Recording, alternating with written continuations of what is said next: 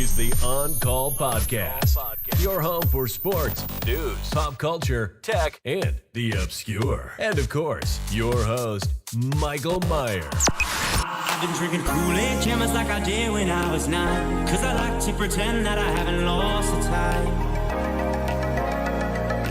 In the end, the nostalgia, though it tastes fine, I can only drink a couple 'cause it feels like a lie.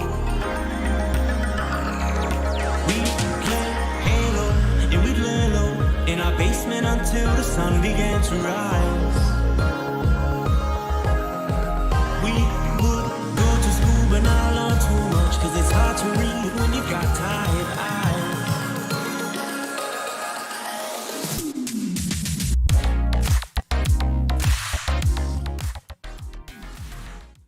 All right. Take two. Welcome back, or welcome to the On-Call Pod. Working on a new name, new everything. As we said, whoever was listening before, the one of you. As I had started working on a new intro, which we're working on, sent the sample to Zach. He's a fan. I won't play it just because my friend Sebastian. And like I said, I am ready to finish whooping ass. Since I started off like 5 games back on Zach. By week 3, I think I was 5 or 7 games back. Killed in week 4. Beat you by 1 in week 5. Here we are in week 6. Agreeing on this game. Bucks in the over, which are already almost there. Other than that, sports betting was supposed to be legal. Was super hyped for it. Created accounts. And now it looks like yeah, it's going to be postponed. At least a month, they're saying. The Seminole tribe suing the state of Florida, so it's going to be at least a month. I saw one report saying that if enough people sue the state of Florida, that it could end up being all the way to the end of 2022 before sports betting is legal, which would be awful. So I hope it's just the month and the courts throw it out and don't really take heed of it. And it figures we took their land and now they're just trying to stop us from spending all the money because they don't want us to they don't want us to spend it on white businesses. They want to keep it in the Seminole Indian casinos. I get that. I want a sports bet and I'm not going to go up to the Hard Rock to the Seminole casinos. Which I don't even know if you can sports bet there. I think it's just regular gambling.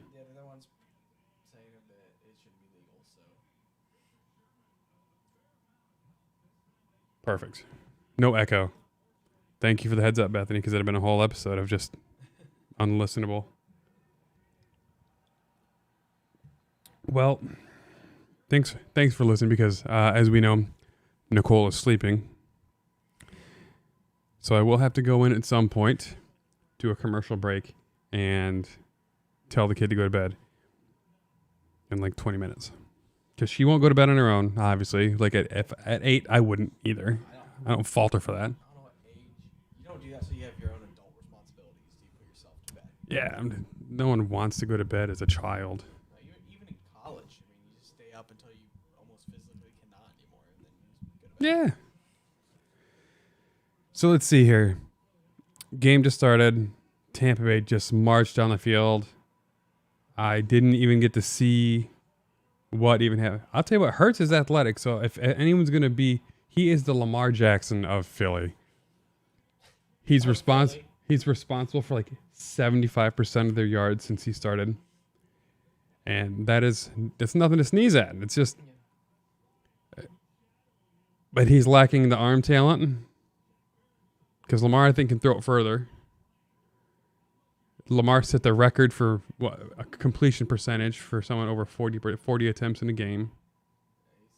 He's stupid efficient too. Lamar is. Lamar actually leads the NFL this season in yards per pass attempt in like depth. So Oh, the further downfield than anyone in the league. like a PFF grade, one of those average depth of target stuff, like the surprising because you don't like to think of him as someone who goes deep. He always seemed like that kind of like that check down guy. But yeah, I guess he throws some deep ones to Marquise Brown, who I traded in our fantasy football league. But that's neither here nor there. Every trade I make in that fucking league, I think it just it hurts me. It seems like I win at the front of it, and then 2 weeks later, I'm like, why did I trade that? So, as we get into picks, we both picked the Bucks in the over. Well, we don't need to worry about the over and under because we don't even have legalized betting. So really, we could still just say this week we can still just go for the pick'ems if you want. Whatever you want, I'm fine with. Just let me know. All right, so fuck it. We'll bet the spread.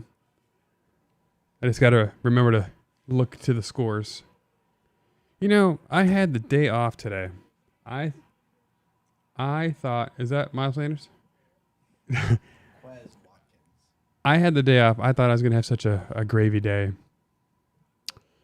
And that's the last thing it was today. Got up early still. Cleaned a nice big baby poop. Got the other one up. Packed lunch. Took her to school. Saw one patient. Got my hair cut. Mowed the yard, put together a wagon, picked the kid up again. So it's like, for a day off, it was a lot of fucking work. Yeah. Welcome to being a stay-at-home parent. It's not just a day off. Like in the ordinary sense of the word. I do not like it, Sam. I am.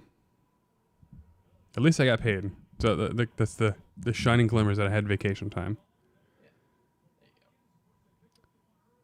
There you go. Oh, and even though Matt's not here today, he was here last week and he made picks. And I projected he would suck. He didn't suck. He did 9. He was 9-7 last week. With what was his big payoff? His Philly versus Carolina paid off. And he picked Buffalo over Kansas City. So 2 of the games that he won, he was the only one to pick them. I took the Jets. That was a dumb move. Other than that, I'm pretty satisfied. Oh, I'm the only one to pick Chicago, by the way. Yeah. And you guys actually talked me into that one. Matt did. Yeah, you're right. And because of that, speaking of the Bears, I'm going to take them again this week. Even just a straight up pick 'em. I don't know where I put them down here. You're taking him and pick him at 5.5. They're going to beat the Packers. I hope so. Matt Nagy's 1-6 or 1-5 or 1-7. He's only had one win against the Packers. I think it's 1-6. Well, I'll take Green Bay and the points. Here's the surprising stat for Aaron Rodgers though. It's kind of mind blowing. In games in the fourth quarter, he was losing by 2 or more. In games that he was losing by 2 or more in the fourth quarter to teams with a winning record, what would you guess his record in those games is? I mean, that's a pretty obscure stat. No, just 2 points, losing by more than 2 more points than- in the more than fourth 1 quarter point. against winning teams. Yeah, more than one. Basically, in the fourth quarter, you're down by more than 1 point, so 2 points or more against a team so basically a solid team, a team that's won more and they've lost. He's 0-42. I did not realize Isn't that. that mind-boggling? For all his fourth quarter comebacks, none of them were against winning teams. Basically, what it's showing you is his only fourth quarter comebacks against winning teams where he was down by 1 point, which is barely a comeback. The Bears have a winning record. They're 3-2. Yeah. So if we you're need up to by- If you're up by 2 in the fourth quarter, it's over. If we're off a field goal, lock it in. No, if you're up 2 points, it's just more than 1 point. So if you're up 2, it's over. Call it. Zach Ertz touchdown. I put him ahead of TJ Hawkinson in our league. No way. You played him over T.J. Hawkinson? I think Hawkinson's hurt. I think he's really hurt. Yeah, I think that's the issue. So Adam is his name. Yep. Thank you, Adam, who gave me both Hawkinson and Ertz in the trade, and he wanted Kittle. I don't know who his tight end is because Kittle's on the IR still. I have And Jalen Hurts in like Look, all my leagues. it just sent me the update. I have Hurts in like all my leagues this year. Do you know he's the only player at any position to finish top 5 at his position every single week? Hurts? Yeah. I did not. Yeah, and I have him in like basically every league. The only league I don't have him in is my 6-point passing touchdown league, where I have Mahomes. Let me show this off to the audience that's not there. Man, look at that. That's a sexy shirt. Justin Fields, that's my QB, baby. That's my QB. I think one week I'm going to raise the desk up and the camera. We're going to do a standing at the bar podcast. Speaking of Lamar, you said that he had the best completion percentage over 40 passes. That's not bad for a running back, right? Not bad. Pure athlete.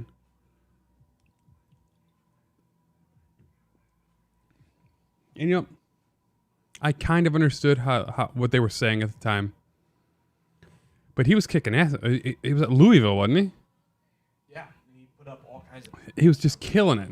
He had like the record for most touchdowns in the season or something for a player.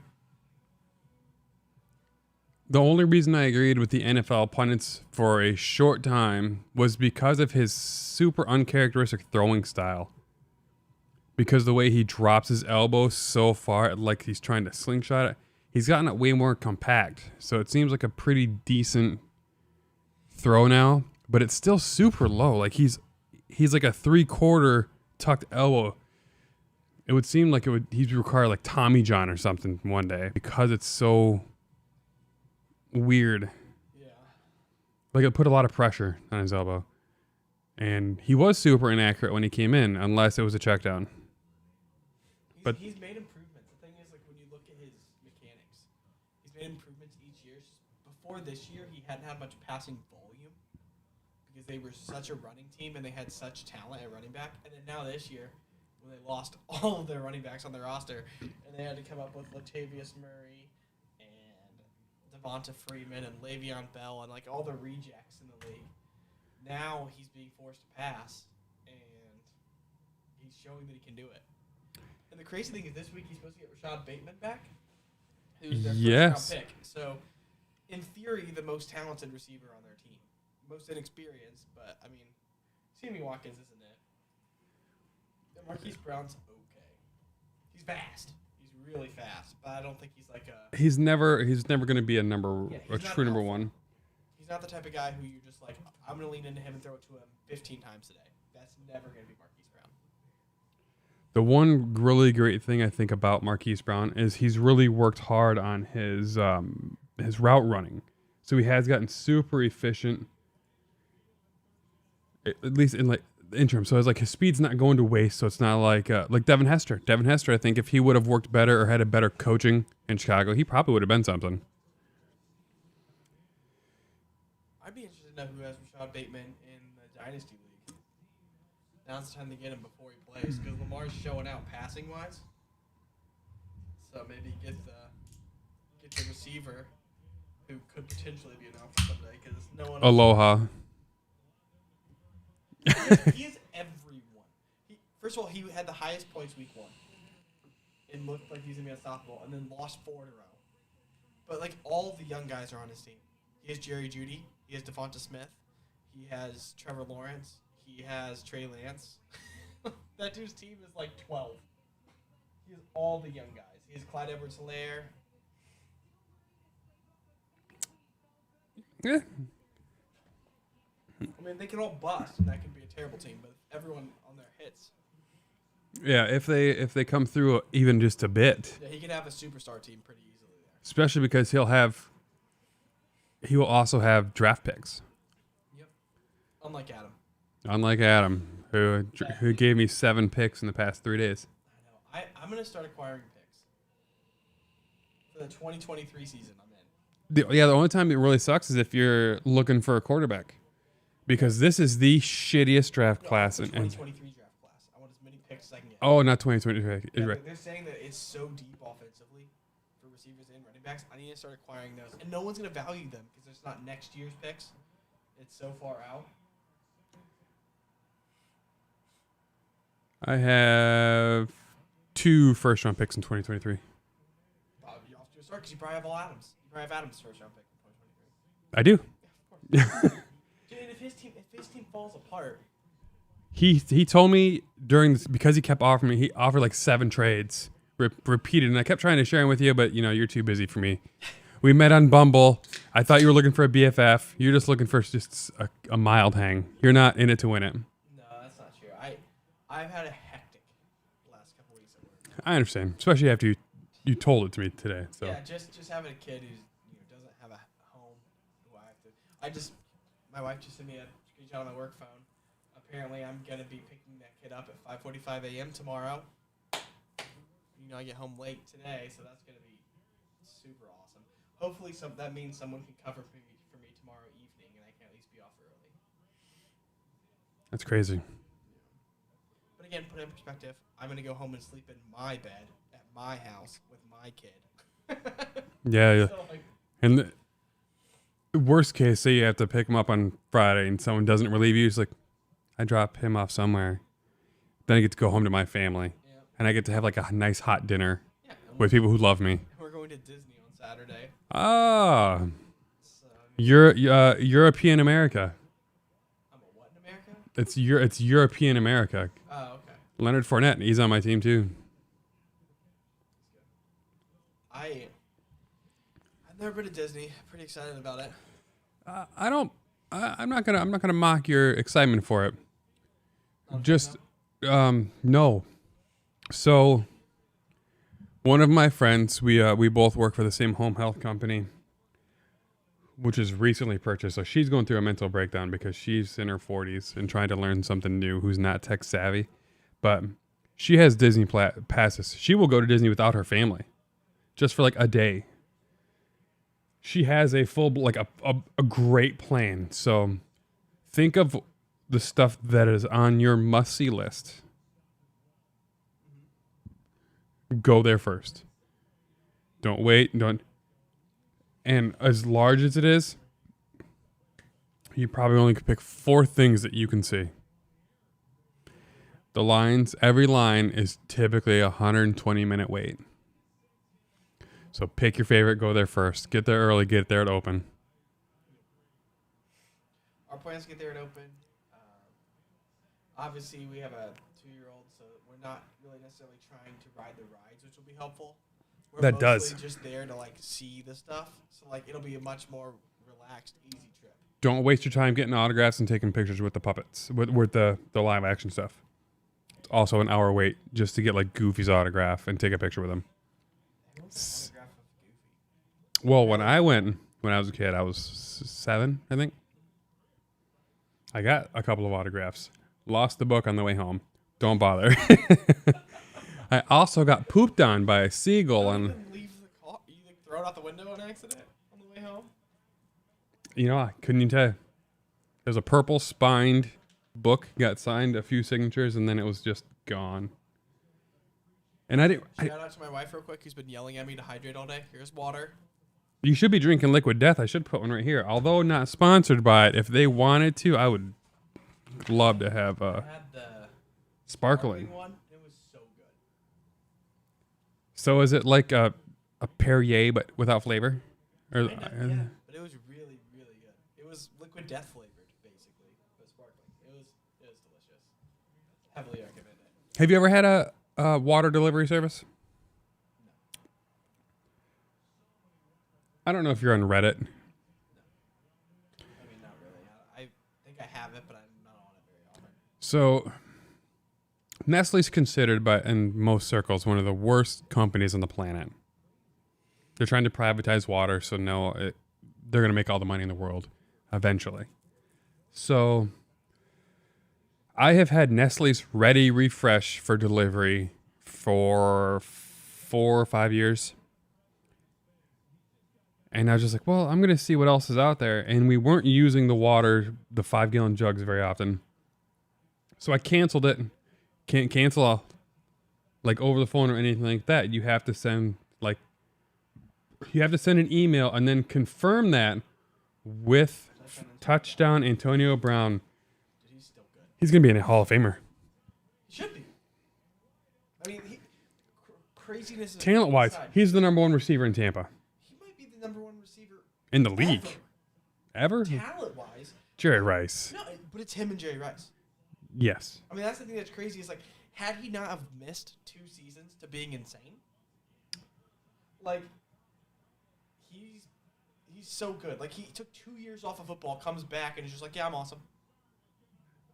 I hear the coaches have to stop him, like pull him off the field because he's a workout machine and his route running and his. He's absurdly talented. Like, it doesn't even make sense how talented he is, to be honest. Because, like I said, how many receivers do you think in the NFL could take 2 years off and come back and be this good? We'll check out with Josh Gordon. Yeah, we'll see how it works out. He had 1 catch. He had 1 catch. He had 8 snaps. Antonio Brown's first game back, he got a touchdown with the Patriots. Yeah, his first came back, he had like 4 catches for 69 yards and a touchdown. He put like 22% snaps. Yeah. He barely played and still had 4 for 60. It's a in the monster. And then he missed that whole season. And then he missed most of the next season. Comes back to the Patriots. He plays 6 games with them. And there was a 6-game stretch, including the end of the season and the playoffs, where he had a touchdown in every game and led the team in targets and yards. And then again, this year, do you see his stats? If you take out week 2, which was the week he got, the one weird fluky game where he was a bad game, he's averaging over 100 yards receiving and 12 targets and a score. And he's like, I mean, I have him in Dynasty. I played him, obviously, tonight. I'm not going to trade him because as long as I'm a contender, I'm not going to get anything for him at his age. Everyone's so scared of his age. I'm like, I'll just take the guy who's getting 100 yards and the score. But there's been 0 drop off. If you think back, with 6 years, 5 years, 6. He's still so good. He's probably better now than he was then, just because he knows understanding of the defense better. I got him in the 10th round in Dynasty. Steal. I mean, at the time, I was sitting with my dad at Dynasty, and I had made the picks, and I let him slip further than I wanted to because it was a Dynasty league. Like, on talent, I have him in, like, every league. I took him, like, in the 8th round in most leagues because I just thought – I was, like – I knew he'd be there, and I'm taking him a round or 2 early from his projection. I hate you a little bit. But I was thinking about it. I was like, if you remember opening night, I was like, I think he's for real. I was like, I think at the end of last year, he was showing that he might actually be the number 1 on this team. And it gets more and more. Well, because Godwin's the slot guy, Evans is the deep threat, and then Brown just does Everything. And he just gets open. And that's all Brady cares about. Brady's not going to – the Evans suffers with Tom because Evans isn't open, yeah. He's a jump ball guy and like a 50-50 ball guy, and that's not Tom's style.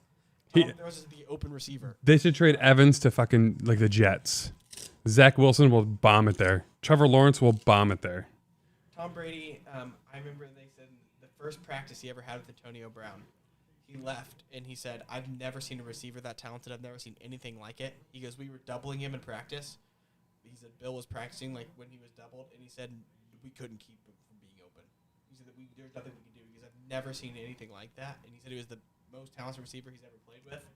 And that's why he ended up being in Tampa, because he was like, and letting him live in his house. He let a crazy person live with his wife and kids because he's so talented at football.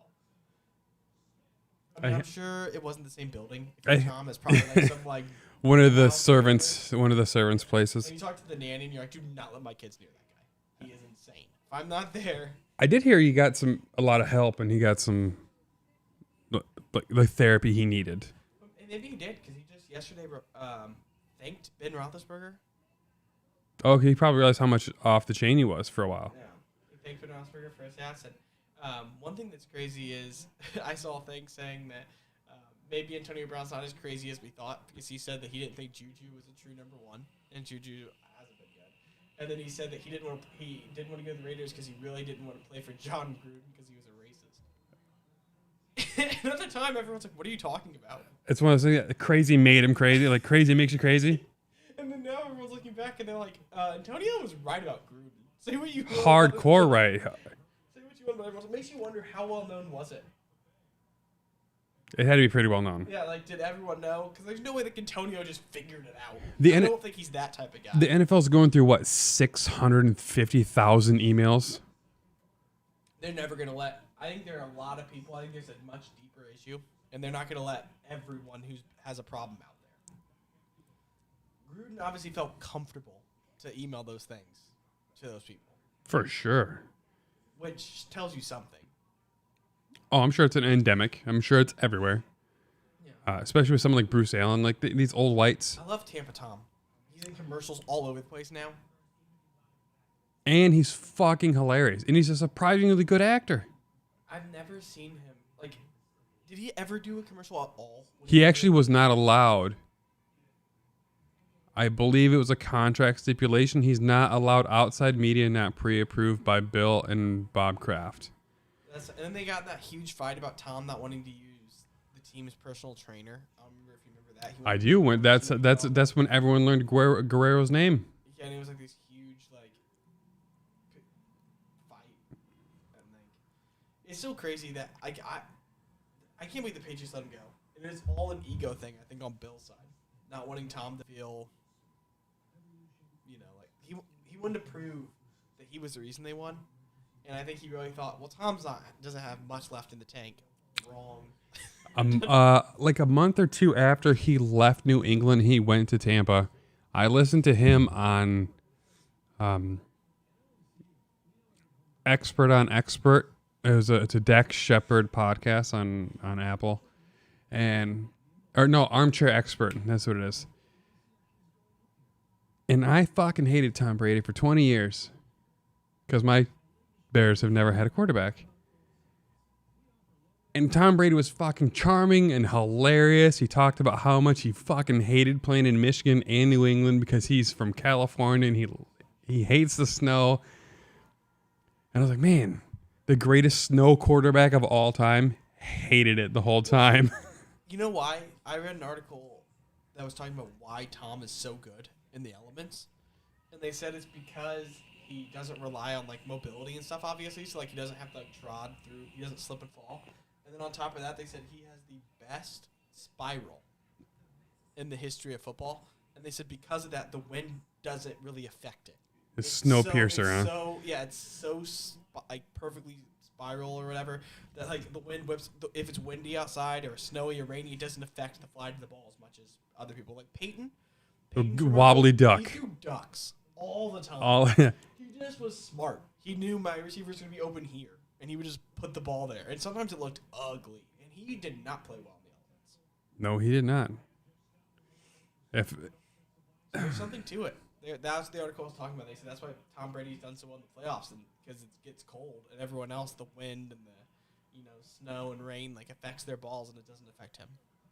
Yeah, Baltimore is never going to succeed in the Snow Bowl like Tom will, because if I'm just going to stand there, all I have to do is let it go. Yep.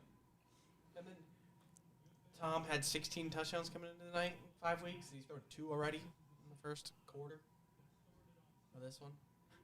So Tom's at 18 touchdowns. He's going to get MVP at 44. He really might. He's on pace to. I know people want to give it to Lamar right now because of his stats, but I don't think Lamar's passing stats will keep up throughout the year.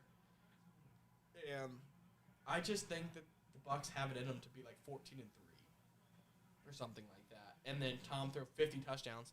And then I really think because he's 44, it'll get him a couple extra votes. Because people will want the headline of he is the oldest MVP in the history of the league. And if he throws 50 touchdowns and they get 14-3, he deserves it anyway. If I'm being honest, he deserves it anyway. Damian Williams tested positive for COVID. God. He will not play. All right, so Khalil Herbert time. Time to shine, baby. Maybe on DraftKings this week I can run a Justin Herbert, Khalil Herbert stack. Get them both in the same lineup. Here's a question for you: do the Patriots, do the Bucs score a touchdown on this drive? So they go 3 for 3. I think they score a touchdown in less than 5 minutes of playtime. What? Here's a harder question: who's the touchdown going to? Brown has one. Yep, Brown has a touchdown catch. O.J. Howard has a touchdown catch. It will be a screen to Fournette. Gonna go Fournette screen. I'm gonna go bold. Tom Brady keeper. Like just a QB sneak from the one. If anyone could do it. He's good at the sneak. And if it's a passing touchdown, give me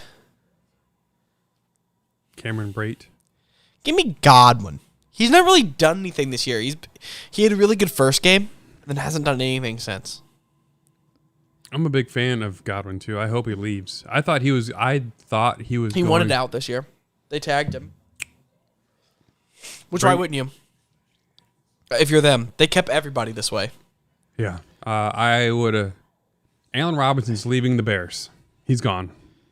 Yeah, I would want out. I feel bad for him. He played for Blake Bortles for years, and then, like when he went to the Bears, you're not wrong. He went to the Bears for money. First of all, it's a big part of it. But And also, Trubisky was young, and everyone thought, oh, Trubisky and him, that's going to be it. Everyone thought Allen Robinson was going to be done, too, because he came there off injury. A torn hammy or torn ACL. I think it was an ACL. Yeah, so he's still super good, though. And I'm sure he's going to go. Depending on how this next... To where, though? The Colts? I mean, he can go anywhere. He's got great hands. Did they tag him this year? Yes. All right, I think he'll go to the Colts. They want a receiver. T.Y.'s gone. They have a lot of money. T.Y.'s coming back. He practiced today. No, but I mean after this year. This is the last year of his contract. Yeah. And if he comes back, it's not going to be for the same amount of money. He's not going to make $17 million.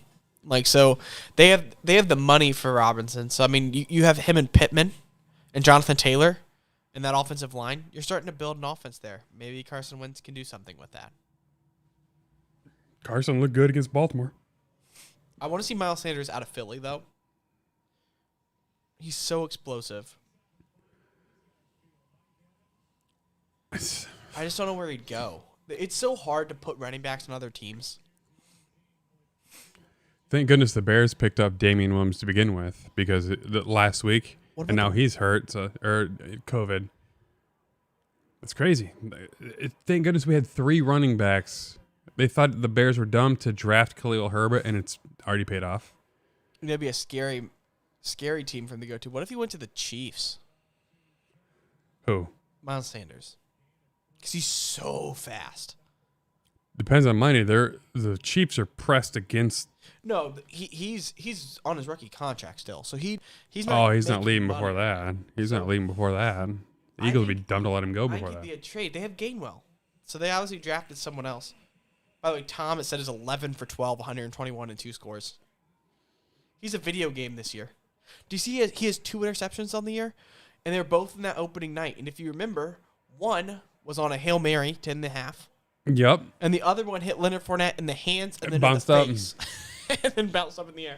Those are his 2 picks. So if it wasn't for those 2 plays, he'd have 18 touchdowns, no picks. Do you think it's weird that only BA is the one that wanders around with that VCR strapped to his chest? Like, why does he wear that Bose set on his chest like that? I don't know. Antonio Brown, it looks like he lost a step there. He got tackled for a loss. Minus 2 yards. Cut him. I'm a little surprised AB came back, to be honest with you. When you're that good. Once Godwin was... There's AB again. Once oh, no, they're going to punt. I wouldn't. I would keep playing. Once Godwin got tagged, I thought that meant AB was gone. But he signed a 1-year deal. So there's no guarantee he comes back to Tampa next year. Or, alternate point, when Godwin leaves, if Antonio keeps this up all year, do you sign him to another 1-year contract for like $16, $17 million? Pay him? I would if I was Tampa. I think he's found home. If I'm Brown and I'm Tampa, I keep running it back with 1-year deals while we have Tom. I'd give him 2 years, mostly guaranteed money. I don't know their financial situation. They got that fucking guru. It all depends on Tom. Tom ain't going nowhere. No, I was saying how long. If you're giving him a 2-year deal, you need to know Tom's playing 2 years. Yeah, because I don't really Tampa without Tom, AB, I don't think it's balanced. Antonio after that. You can, but like Mike Evans is here to stay. Yeah, Godwin's going to be gone, especially with Antonio being this effective. I wonder how frustrating it is to be Godwin and Evans, who they just put up so many stats with Jameis, and then now they're winning, which is fun. But like now that Antonio's there and Antonio's getting his, Fournette's doing his thing, Gronk was scoring touchdowns. gotta be Man, frustrating. TB's good. He just looks better every year. Like, how does he? He's ridiculously good looking. He was pretty much openly cheating on his fiance on Dancing with the Stars. If you ever watched it, I watched Dancing with the Stars the year Antonio Brown was on it. First of all, that dude, it was really funny because I thought for sure that he would win because Antonio's competitive and his footwork is fantastic. So I thought he'd win Dancing with the Stars. Apparently, they talked about it. We were wrong. His partner was like, I can't get him here. This dude just keeps practicing football. So he goes, I leave the room to use the restroom, and he's in the dance room running routes and like doing workouts. He's a baller. She couldn't like keep him focused enough off of football. And then, when you watch them, there was such like sexual tension there. I was like, that's gonna be awkward. He had a girlfriend, which now they're broken up, and he like threw gummy penises at her and all kinds of stuff. It was pretty astounding to see everything because this shit all happened on IG Live. It all happened once. Like, here's the question: if Pittsburgh never drafts Juju Smith-Schuster, is Antonio still a Steeler? And like, is he still under wraps? He was fine. Probably. Like, no one knew he was crazy until Juju had that big year. Which he only had a big year because of AB anyway. Because AB got doubled on every single play. Like, I saw a stat. It was like AB was doubled like on 88% of pass attempts or something like that. The next closest in the league was like 12%. People don't really get doubled all that often. And with AB, they would take their number one corner and another defender and be like... Yeah, more than shade. And he'd still get like 120 catches, like 1,700 yards. He got frustrated once Ben just quit throwing it, forcing it to him. Well, and in Ben's defense, he didn't have to then. Yeah, no, it made sense for Ben, and Juju was wide open because he was getting single coverage by the number 2 corner on the team, which Juju is good enough. A lot of people are good if there's no safety help, and it's just literally the second corner on most teams on an island with you. A lot of receivers can do damage. You should. Yeah, it's just before... If you can't win a one-on-one as a number 2 receiver in the NFL without safety help, you shouldn't be a number 2 receiver. And that's the problem is before that, we didn't have a number 2. We had Martavis, who... Flash in the pan. A lot, but the thing about him is he was a deep threat. That was more okay with... And we had Wallace for a little bit, but that was more okay with Brown because he didn't care if you had 2 catches for 120 yards and a touchdown. He didn't like that Juju would have 14 receptions for 130 in a score or something. You know, the fact that Juju played slot was more upsetting to him because he was getting more touches. It looks like Richard Sherman just went out of the game. We're going to go on commercial real quick, so I'm going to tell the kid to go to bed.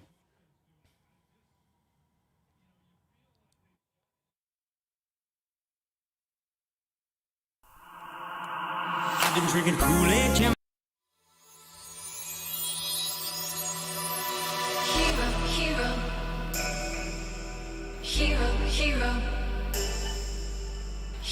Hero. I wanna be a hero. Oh, the hero comes, I can hear the drums and a horse is drawn to the kingdom come through the pale moonlight. My heart's ignite to the call. Oh, claim your prize for a crown of stars in the name of love. Be the sacrifice. You and I will stand and fight. Our backs to the wall. Hero.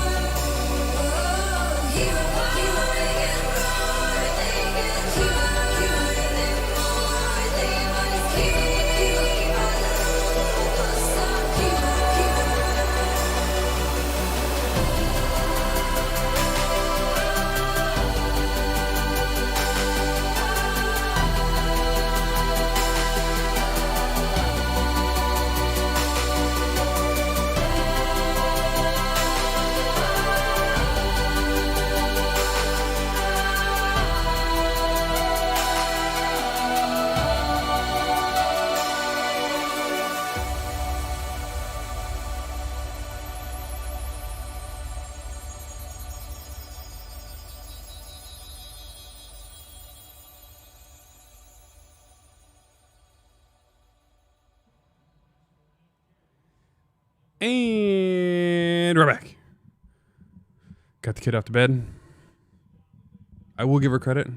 She brushed her teeth and everything. She was ready. She's just waiting. You know what's coming. Yeah. She's smart enough. Good eye.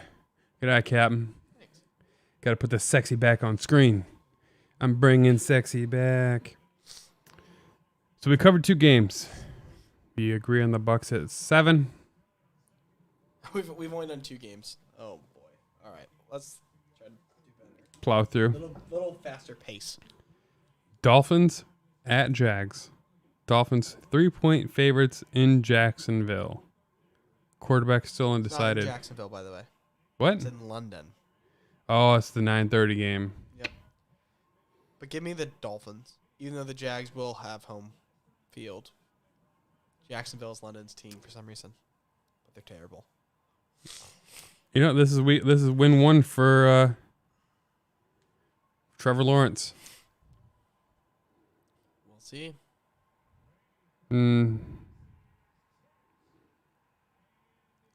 Well, you talked about interceptions. It bounced off his receiver's hands. Again. Yep. That's the only way he throws picks anymore. He's a cyborg. I don't think he caught it, though. Nope. That ball's moving. That's going to be an incomplete I pass. have no idea. Here we go. Let's see from this. Well, the refs don't seem to know either. I think they're going to call it a pick, but I have no idea. What do I know? You need to cut Cameron Brate. He ain't done shit in 2 years. Cut Tom Brady. He's worthless, too. I want Hobo. Pittsburgh now. Chargers at Ravens. Ravens getting 2.5.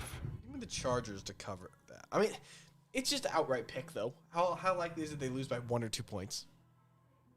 But I guess give me the Chargers. You and I both. They're gonna. I'm rolling with Herbert. Herbie Hancock. Man, he just looks so phenomenal. That game with Cleveland. I mean, one of the most exciting games I've watched in a couple of years, probably.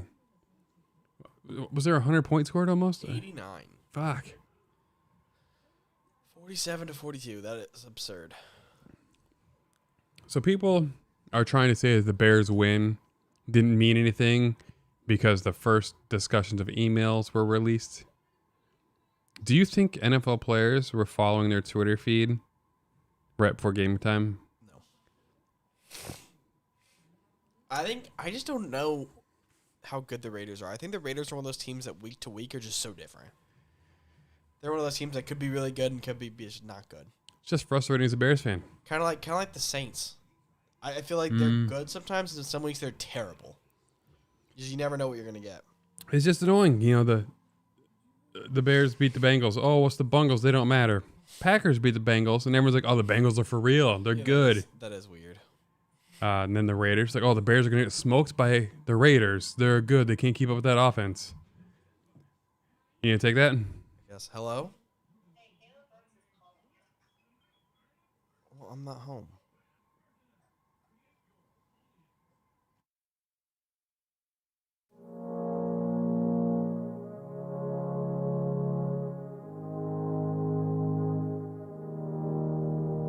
On most nights, I'm just wearing my pajamas, staying up too late, 'cause I'm watching Futurama, thinking where's my drama, my life's no melodrama, leave it off the screen, 'cause it's got no genre, sometimes I call my mama, ring, yeah, she's always my armor.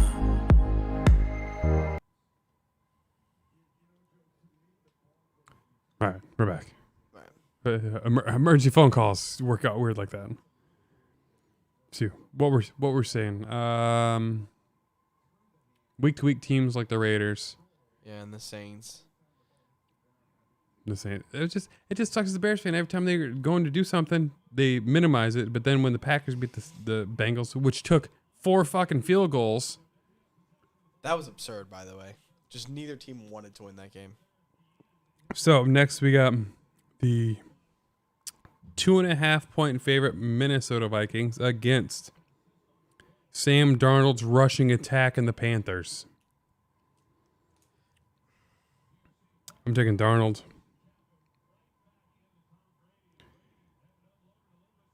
I think Sam Darnold's going to score 2 rushing touchdowns actually against the Vikings.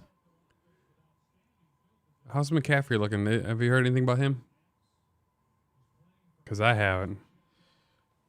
He wants to play. I don't know if he's going to get a play or not. Oh, he wants to play, does he? Yeah, he wants to play. He wanted to play last week.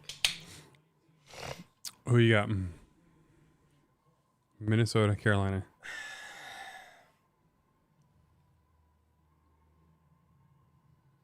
I don't feel good about this one either way. I guess it's going to be the Vikings. All right, and you picked Panthers. You picked the Packers. I picked the Bears. The 3.5-point favorite Bengals at Detroit. I am taking Detroit to get their first win, only because I watched Motor City Dan Campbell cry, saying how much he loved his team, and was sad to watch them lose 2 weeks in a row on time-expiring field goals of greater than 50 yards. First time in NFL history. I hope you're right. I'm going to take the Bengals, but I hope you're right. I hope you're right because I obviously want the Bengals to lose.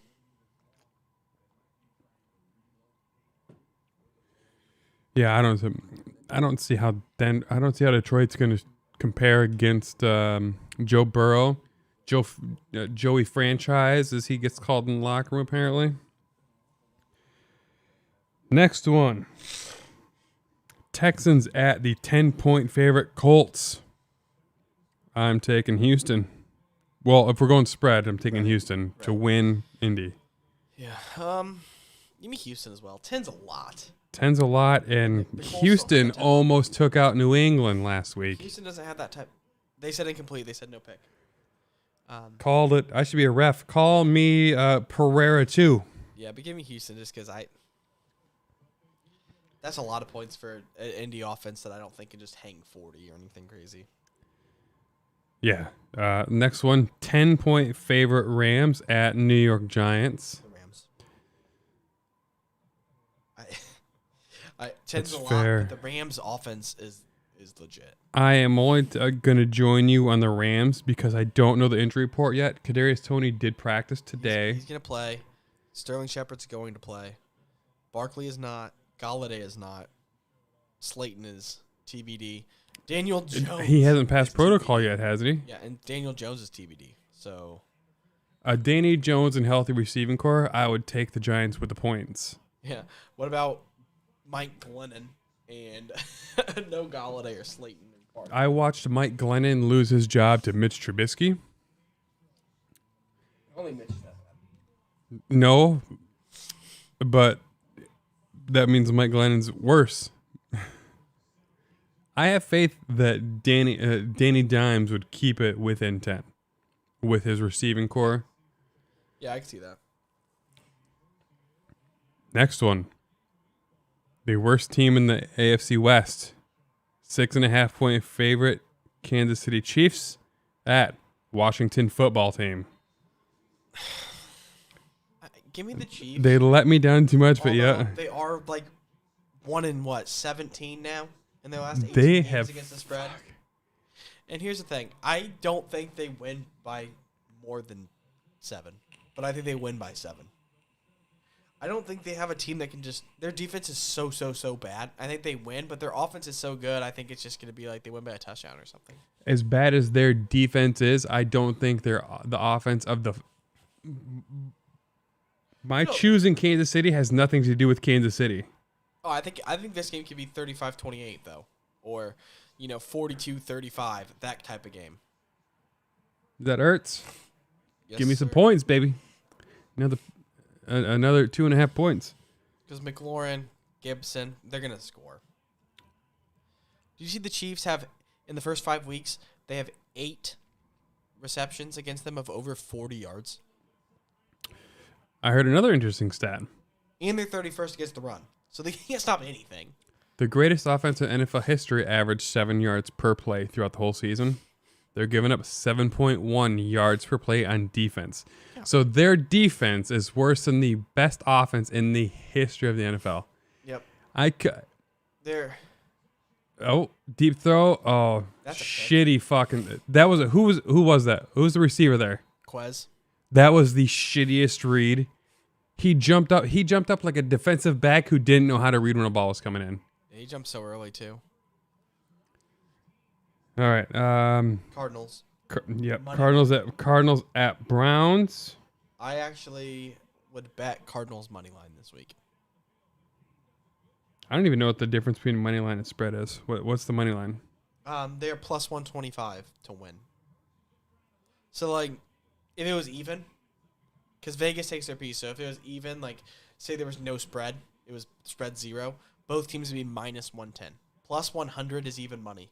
They're plus 125 to win because they're 3.5 point favorite. So like, if you took the points, home field is typically 3 points, so it's half point favorite on neutral field. If you took the spread, if you said I picked the Cardinals to cover, they'd be like minus 118 to cover or something. So if you bet $118, you get 100 in winnings, but they're plus 125 for the money line. So I bet if you bet 100. Your payout is $225.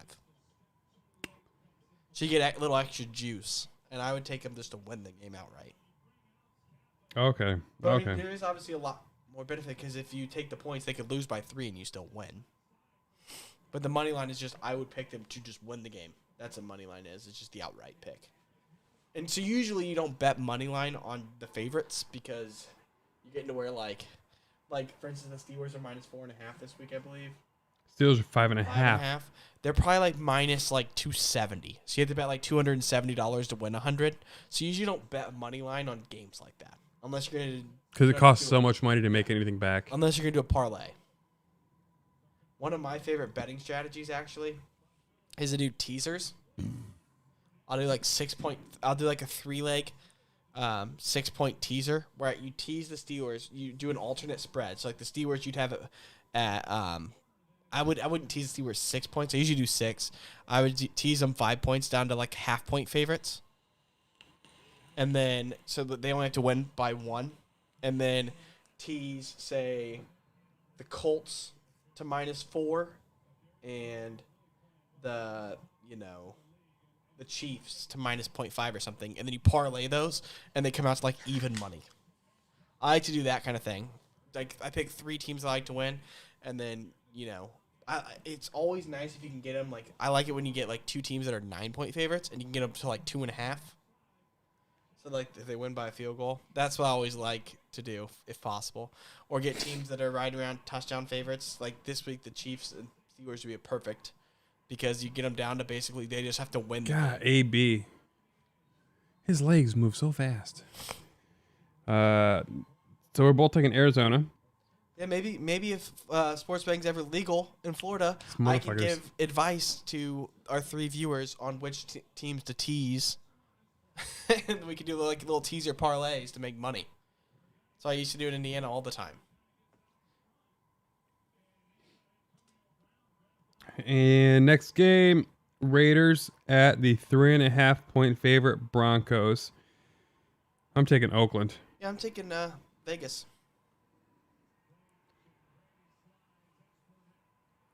I'm a little shocked. Fournette is just so underrated as a fucking player. I am a little stunned that Denver is favored in that game. There are 3 games this week that I'm surprised about the favorites.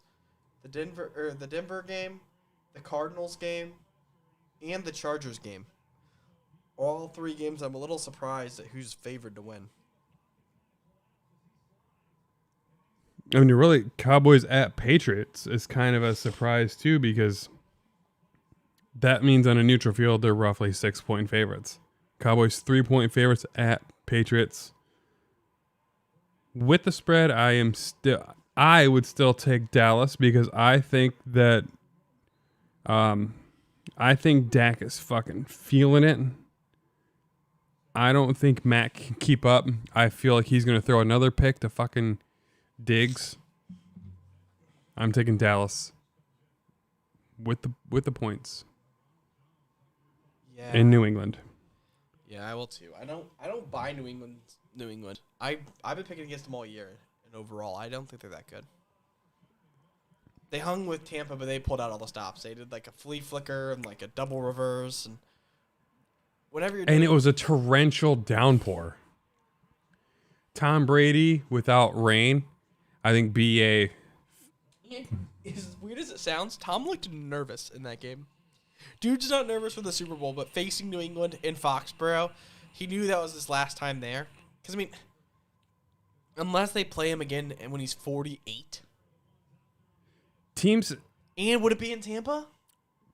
Yeah. People hate Tom Brady, but they don't boo him like New England booed him. Yeah. New England shouldn't have booed him. I don't think so. They shouldn't have. Because now they're going to see without him.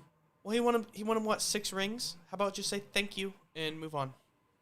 You Poor, don't need to boo him. poor Godwin. It's not his fault. All that skill he left. wasted. It's Bill's. He came out and said, I want Bill to say he wants me publicly, and Bill said he's not going to do that. So, Can you imagine that after 20 years of being the greatest of all time, you have to ask your boss to want you, and he says, nah. yeah, I want you. You can stay with me, but I don't want you. Yeah, It's fucking horse shit. Steelers by 25. Kidding. You taking it with the points, and then Yeah, I'll take him with the points.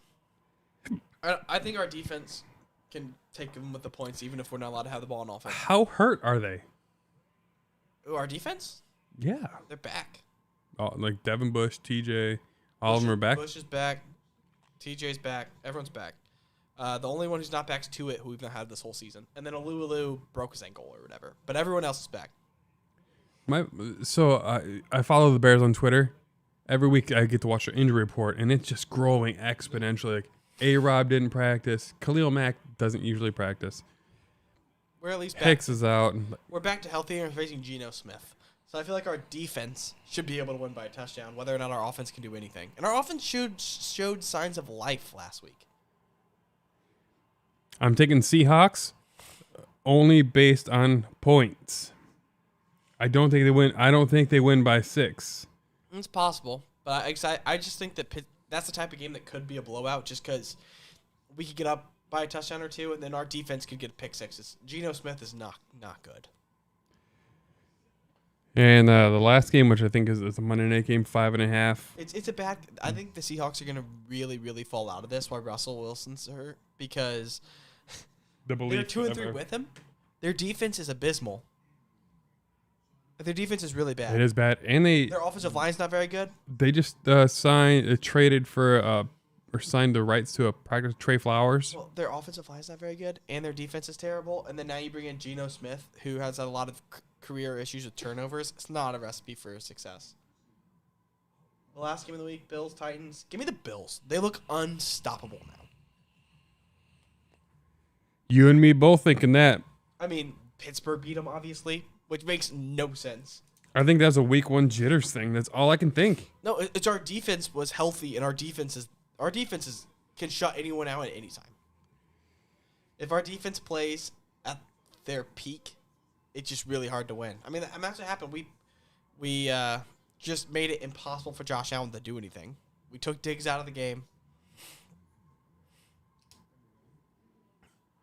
So he made it through all the picks with the spread this time. We got sidetracked on the from last week. Best stadium food. Are you a hot dog guy, a nachos guy, popcorn, peanuts? It depends on where we're at. Baseball game, give me peanuts. It's fair. Oh, Yeah, man, give me some Planters peanuts or Peanuts, like Fishers. Back when I drank peanuts and a beer at a baseball game, fantastic. Like, I didn't even care. Like, I'd been to football games. Even when I drank a beer once at an NBA game.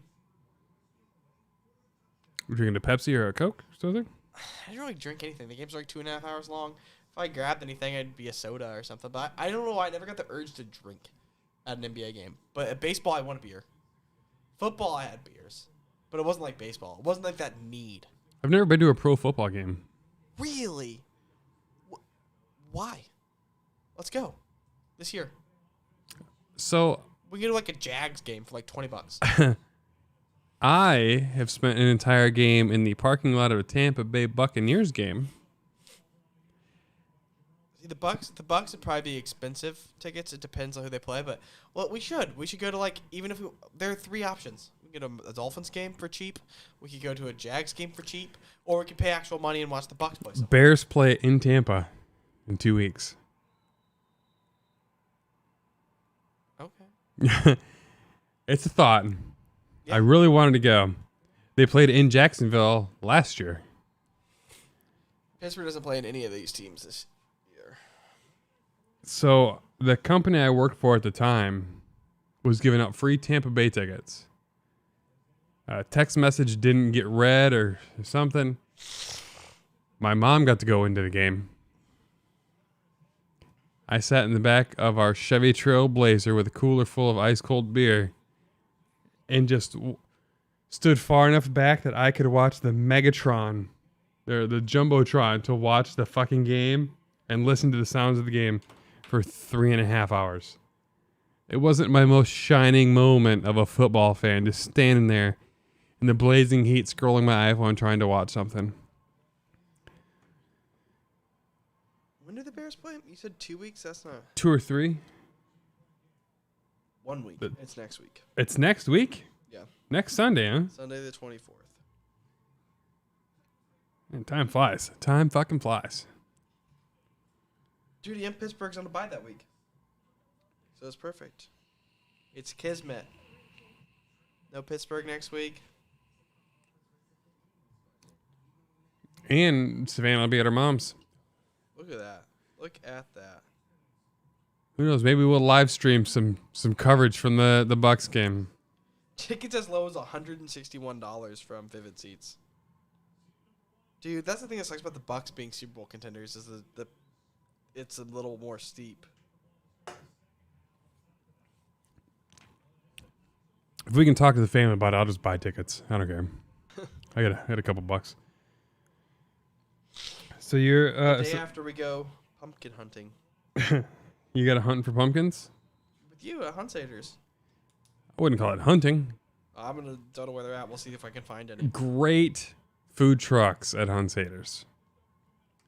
If they're there again this year, you need to try South Philly cheesesteaks. Holy shit. Unless you're someone subject to diarrhea because they use sport peppers. So for me, best stadium food, gotta say, it's a hot dog. A stadium dog, like if I'm at a baseball game, Yeah. he can throw it to me in the wrapper. I don't even put ketchup, mustard, pickle, relish. Nothing. Just fresh out of the aluminum wrap. Yeah, those are good too. So I had this written down, the Twitter algorithm about trying to ban Nazis. I'm going to bring up something happened at home yesterday. About Nazis? Well, no. I was like, that was a weird transition. Speaking of Nazis, at my house. Oh no. Well, the Twitter algorithm, I'll use that first. Twitter has a Nazi algorithm they've used. They've unveiled. It's not quite public yet, and it's not active. The reason it's not active is because their algorithm, meant to ban Nazis, also triggers an automatic ban on several GOP senators. That's weird. Why? So their far-right agenda also makes it so that they can't release this algorithm without firing, they said the hate speech stuff. Okay.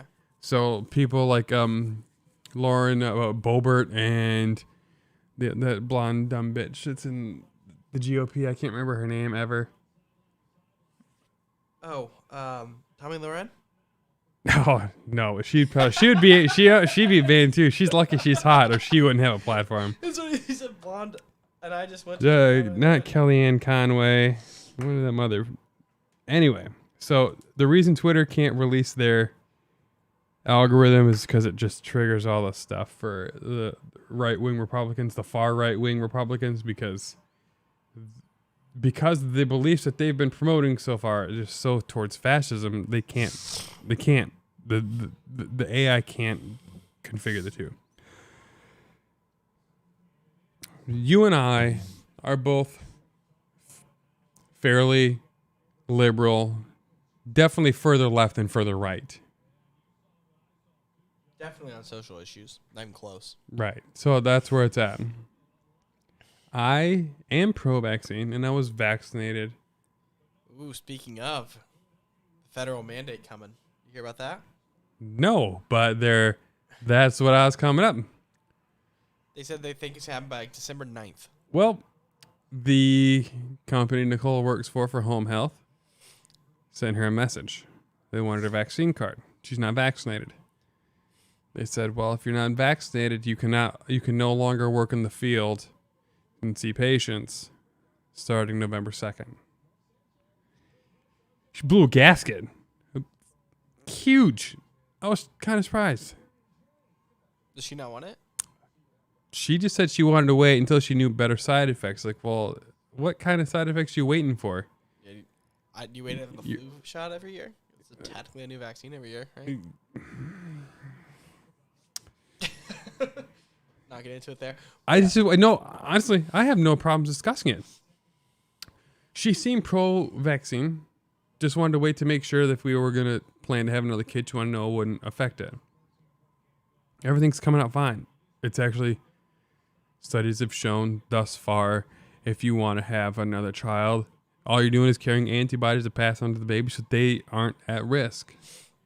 Yeah, a lot of the other studies that have been anti-vaccine have been redacted from peer review because they were a sample study of like 20 and 30 people up to 300 people, saying how, so people were using this, oh, I'm vaccine injured, all this other stuff. And the same shit that happened with the autism vaccines is the same dipshits that are doing the same thing with this COVID vaccine. Well, Nicole went and got her first dose last night at 6 o'clock. She was not happy about it, which poured into today's day. And she started complaining about life for a minute. And then she's like, you know what? I can't even talk to you about it because you're so pro-vaccine. I can't even complain to you about it. I was like, babe, I am pro-vaccine. I'm pro-health. I'm pro-science. But you said that you want the vaccine if you know that it's safe. What you just said, secondarily, is like, you're kind of anti-vaccine right now, and I don't know why. I was like, you can complain about it. It's okay. So her workday sucked, and turns out I'm living with a righty. It's funny because I think her company's just trying to get ahead of it, though, because December 9th, they think a bill will be passed by Biden that will require all companies of over 100 employees to have all their employees vaccinated, which means that the companies will face fines, and if companies don't want to face fines, so they'll just fire you if you don't get your vaccine. So that's going to be very interesting. I want to see what happens. Companies like factories and like big mechanics places like JD Byrider and places like that, like that are like, or like here, bomb here in Florida. Oh. That's a terrible throw. Here in Florida, like That's a real pick. Yep. Here in Florida, like that Gene Gorman guy, you know he has 100 employees. Oh yeah. So like, there are a lot of people that work for them, or like Chevy, just in general with their factories and people who work at dealerships. There are a lot of people who don't want to get their vaccines, and they will just lose their jobs if they don't in December 9th. So that's why companies are trying to get ahead of it, because once it's passed. So that's gonna be very interesting, because it's been this whole like my body, my choice type thing, and basically the government has to be like, nope, not true. Which I do find it a little funny. No matter what side you're on of the right wing. We're not going to get into the abortion topic, but it's funny to But me. you're using them right now. What? The pro-lifers. No, that's what I'm saying. That's hilarious. Is the people who are on the pro-life side are the same people who are saying it's my body. I shouldn't have to get a vaccine if I don't want to. My body, my choice. They're the same ones who hate that argument the other way. And their argument would be, oh, well, it's different because with abortion, it's affecting another person's life. Yes, so is the vaccine. Except for an abortion is facing, statistically, one person's life. The person vaccine, choosing to end it, truly, because right. But I'm saying, even if you're talking about a fetus, if you think the fetus is a baby, one person, you're killing one person. Without the vaccine, you can kill a lot of people. you can be patient zero for a You can kill 20 old people. Like, that's the thing, and it's such a spider effect. You could give 4 people COVID, and then they give 4 people COVID, and they give 4 people COVID, and it just spreads. So it's wild. It is. It's. I've never seen anything like it. I don't understand the just pure, like, unacceptance. Like, when COVID started, people were like, it's not happening. Nicole's the smartest person that I've ever met. It's one of the biggest draws I've ever had towards an individual, just because, like, traditionally I feel like this one of the smartest people in the room. She put that to shame early on when I started talking with her, and then the way she speaks about this is just like, oh. I don't understand. Like, I don't understand the current state of the United States with all that stuff. Like flat Earth, like 2 years ago. What do you? The flat Earth theory. Why was that coming back? No one's thought the Earth was flat since like the 1200s. Like, it's been so long ago before anyone even, like, when Aristotle was around. Aristotle, we knew the Earth wasn't flat. Didn't Columbus think it was actually straight though? Flat? No, no one thought it was flat. They all thought that was just water. They just, for some reason, thought this whole side of the globe was water. They knew it was round. The reason it started is because he said, I'm going to go around the world and come the other way to India, and it'll be faster. Which wasn't the case, obviously. But the thing is, we know that Aristotle, Galileo, Yeah. he got in trouble for saying the Earth wasn't the center of the universe. But we knew the Earth wasn't flat then. Because we thought the Earth is the center and other things, and the sun was orbiting us. It's crazy how many things Galileo found out without like modern telescopes and shit. Yeah, and then nowadays we're like, we didn't go to the moon. With the Earth is flat. Like, what? If it's flat, how do you explain space at all? It makes no. Space doesn't exist if the Earth is flat. Like, Incomplete. I saw a thing that said the aliens could come to our Earth, and like half of the United States would be like, no, they're not. Like, even if we like saw them, it's like this. We're in a generation now where you can be faced with pure facts, like not opinions, facts, and then just deny them. You just deny facts right now, We've quickly become that. and it makes no sense to me. Like, this isn't like an opinions thing. Like the abortion debate. Like, whether, no matter what side you are, it all comes down to when you think life starts, and that's the whole debate. And it's pure opinion. Right. What? And exactly. But I'm saying is, like, we're all in agreement on the facts. It's just like we're debating when life starts. Then you have other things like the flat Earth thing. It's just like, no, that's not an opinion. You're just wrong. Like, the Earth just isn't flat. You were wrong. All the people with the Stanley Kubrick stuff, like, oh, Stanley Kubrick helped with the fake signs, and how come there's a flag blowing when there's no air in space? And as I recall, the actual flag that they put there wasn't a regular flag. It was stiffened. It was like, it's meant to hold that way, specifically so it would always be ready and look like it's waving. Yeah, but it's just funny to me that just that kind of thing. I'm like, it's just like, it's weird you can be faced with pure facts and just be like, nope. But that's where we're at now. And it's just like mind-boggling to me. Like, I hear things that people, like, it feels like every week I hear some crazy thing that I'm like, that's just not true. And why do you think it's true? Because someone said it online. Well, I saw another funny thing that was like, me in high school, like, my parents being like, you can't trust everything you read online, like Wikipedia is made up and all stuff. And then there's like my parents now, and they're like, oh, I read this on Facebook, and or I read this on Republican. I was on OAN. 911.net. Yeah, it's they were so worried about humankind.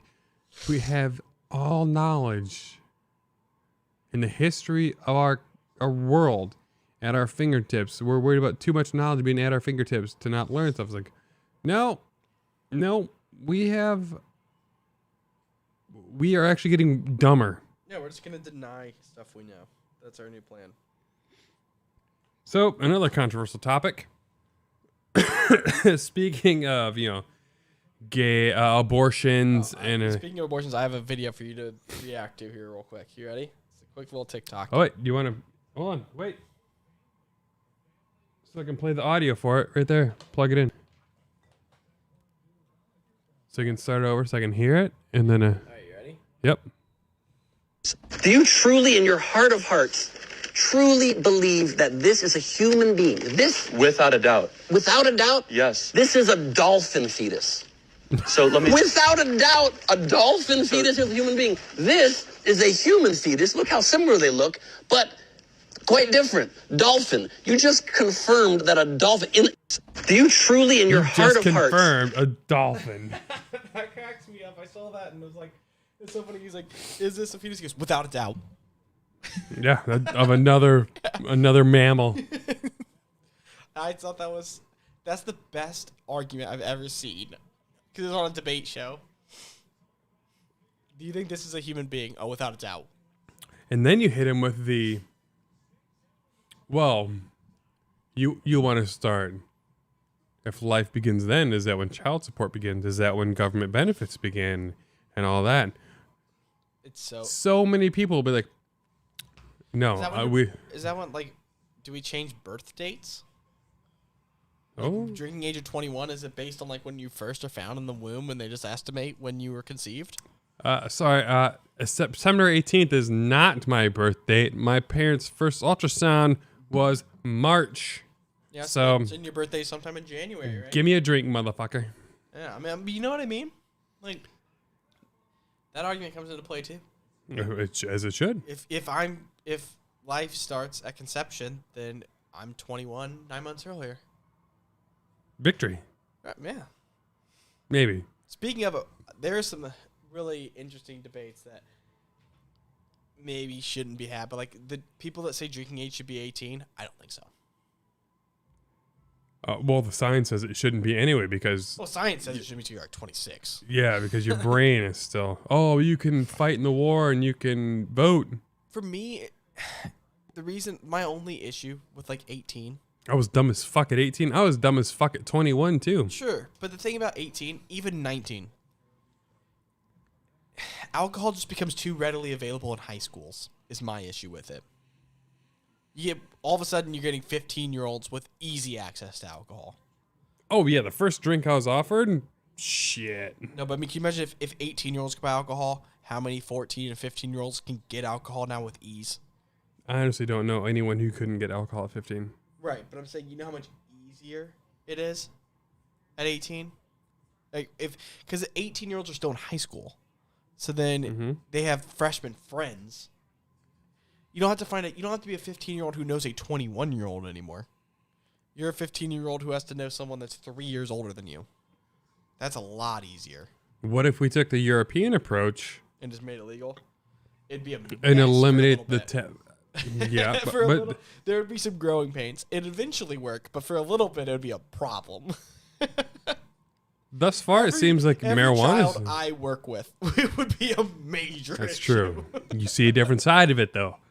Yeah, and that's the thing is, working in child welfare, that's probably why I'm more on the fence about not wanting 18-year-olds to drink. It's not about the 18-year-old who... 18-year-olds It's about step two. People who say, I could fight for my country, drink. You could drink if you're in the Army. If Everybody I know who's been in the Army was drinking at 18 on base. Yeah, so if you hand me the cat card, all right, man, you're good. No one has an issue with that. No one really has an issue with underage drinking in college all that much. As long as if you're drinking... You're doing it at a frat if you're party or drinking something. at your house and you're not drinking out in public, like walking down the street and stuff, and you're not like a problem, like disturbing the peace type thing, no one really cares. We don't want high schoolers to drink, and that's probably okay. And also, like, not to mention, if 15-year-olds are drinking a lot with 18-year-olds, there's going to be a lot more Lot of sexual rape. assault. Yeah, a lot of sexual assault is going to happen at these high school parties if alcohol is that easily prevalent. Because I know kids in my school. When I went to a pretty well behaved school, but you could get alcohol. I never really had access to it, but like they would buy a water bottle full of vodka, like cheap vodka, like Skull, baby. Skull, yeah, and it'd be like $30 for a water bottle, or $25 because the market. You're paying a tax on like you can't buy it, so you pay $25 for a water bottle, which is $3 worth of vodka. If there wouldn't be that same market if 18-year-olds could get it, you would just buy it at price because there'd be 18-year-old boys who would have no problem buying 15-year-old girls alcohol. True controlling the market. Yeah. Supply and demand is a huge difference. Yeah, and it's just that's bad mamma jamma having 18-year-olds buying 15-year-old girls alcohol and then them get ugh. I do feel like that'd be A lot of crime. Quite a love crime. A lot of sexual assaults. A lot of snuggles with a struggle, huh? Oh, and you have a daughter who's how old? 8? 8. Yeah. So in 7 years, you could have 18-year-olds buying her alcohol. No, thank you. No thanks to that. Like, because at least if she's 15, if she's hanging out with a 21-year-old, that's weird already, and you should already be like, no, none of that. I am already under the impression that her mom will be buying her alcohol much sooner anyway. Yeah, and there's always you get drink at home so you don't drink other places. Like, whether or not you think that works, I don't think that it makes an effect on what your kid does outside. All it does is help them build a tolerance before they go out and party. Which is not necessarily a bad thing, but at the same time, it's just... It gets rid of the fear of drinking. They're not nervous their first time drinking with their friends anymore because they've been drinking. One day, Savannah's mom's going to find these videos on YouTube. And she's going to hear some of the bad things that I've said about her and how I feel about everything. I think Savannah's mom is going to provide her with stuff she shouldn't, just the same way that she doesn't even make her brush her fucking teeth. She gives her 0 responsibilities. Savannah's mom wants to be the cool mom. I also see a lot of that in my job. I see a lot. The main thing I see is parents who just don't want to say no because it's harder. It's way easier. I don't want her to yes. hate me. Yeah. And you know what? Your kids will love you even if you tell them no sometimes. I had a real talk Savannah today, and she cried about it. And her punishment at the time was to turn off her TV for a minute and give her just some moments of reflection. Exactly. Savannah's mom has used me as the punishment tool, where her mom will text me and be like, "I'm gonna have you talk to her. I told her she needs to listen." It's like, maybe maybe they should have social workers go to schools and I give like a convo for parents and just tell them like, "Hey, listen, I have seen kids heavily abused, and they still love their parents. Your kids are going to love you, period.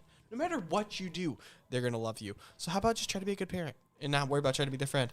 I know people who have like heavily abused their kids, and their kids just want to be with their parents. They want to be with their parents. They love their parents. That's always how it is. So how about just try to be the best parent you can, because it doesn't really matter. It is also funny, though, when you look back and you think of, oh, they were the fun parents. No, they were the bad parents. When you grow up later. Usually. Yeah, when you grow up, the fun parents are the parents who were the bad parents. And then I look back on my parents, I'm like, no, they did a good job.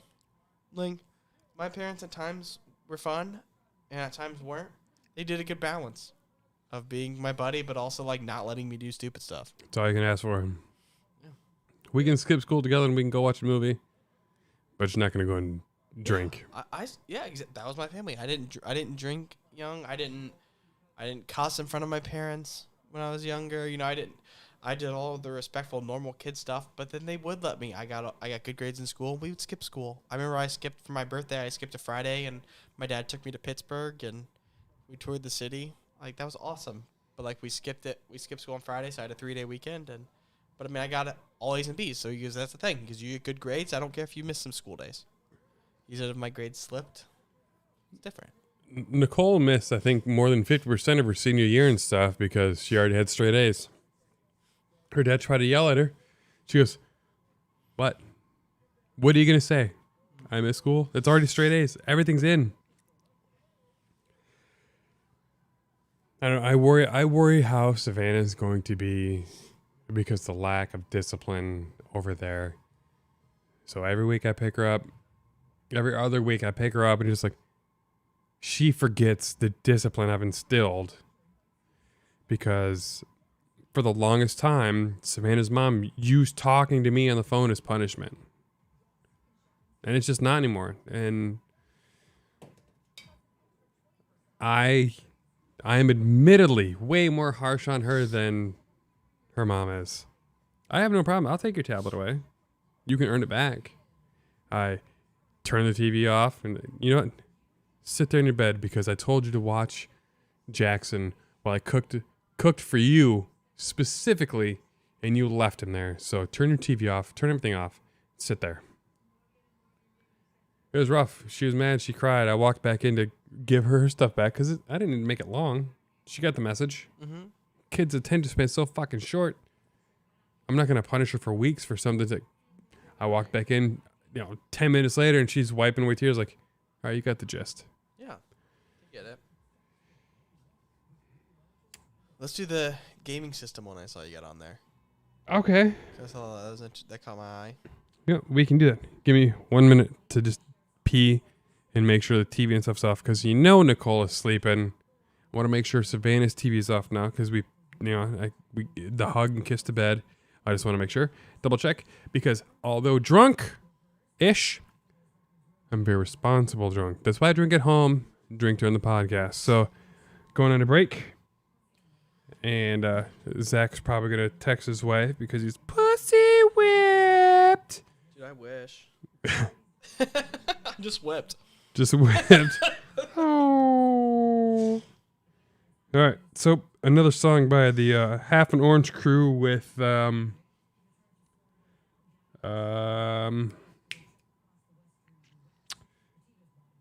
who's this one? Not Pegboard Nerds, not Brocken. We'll do Half an Orange. And this is Buzz Light. Enjoy.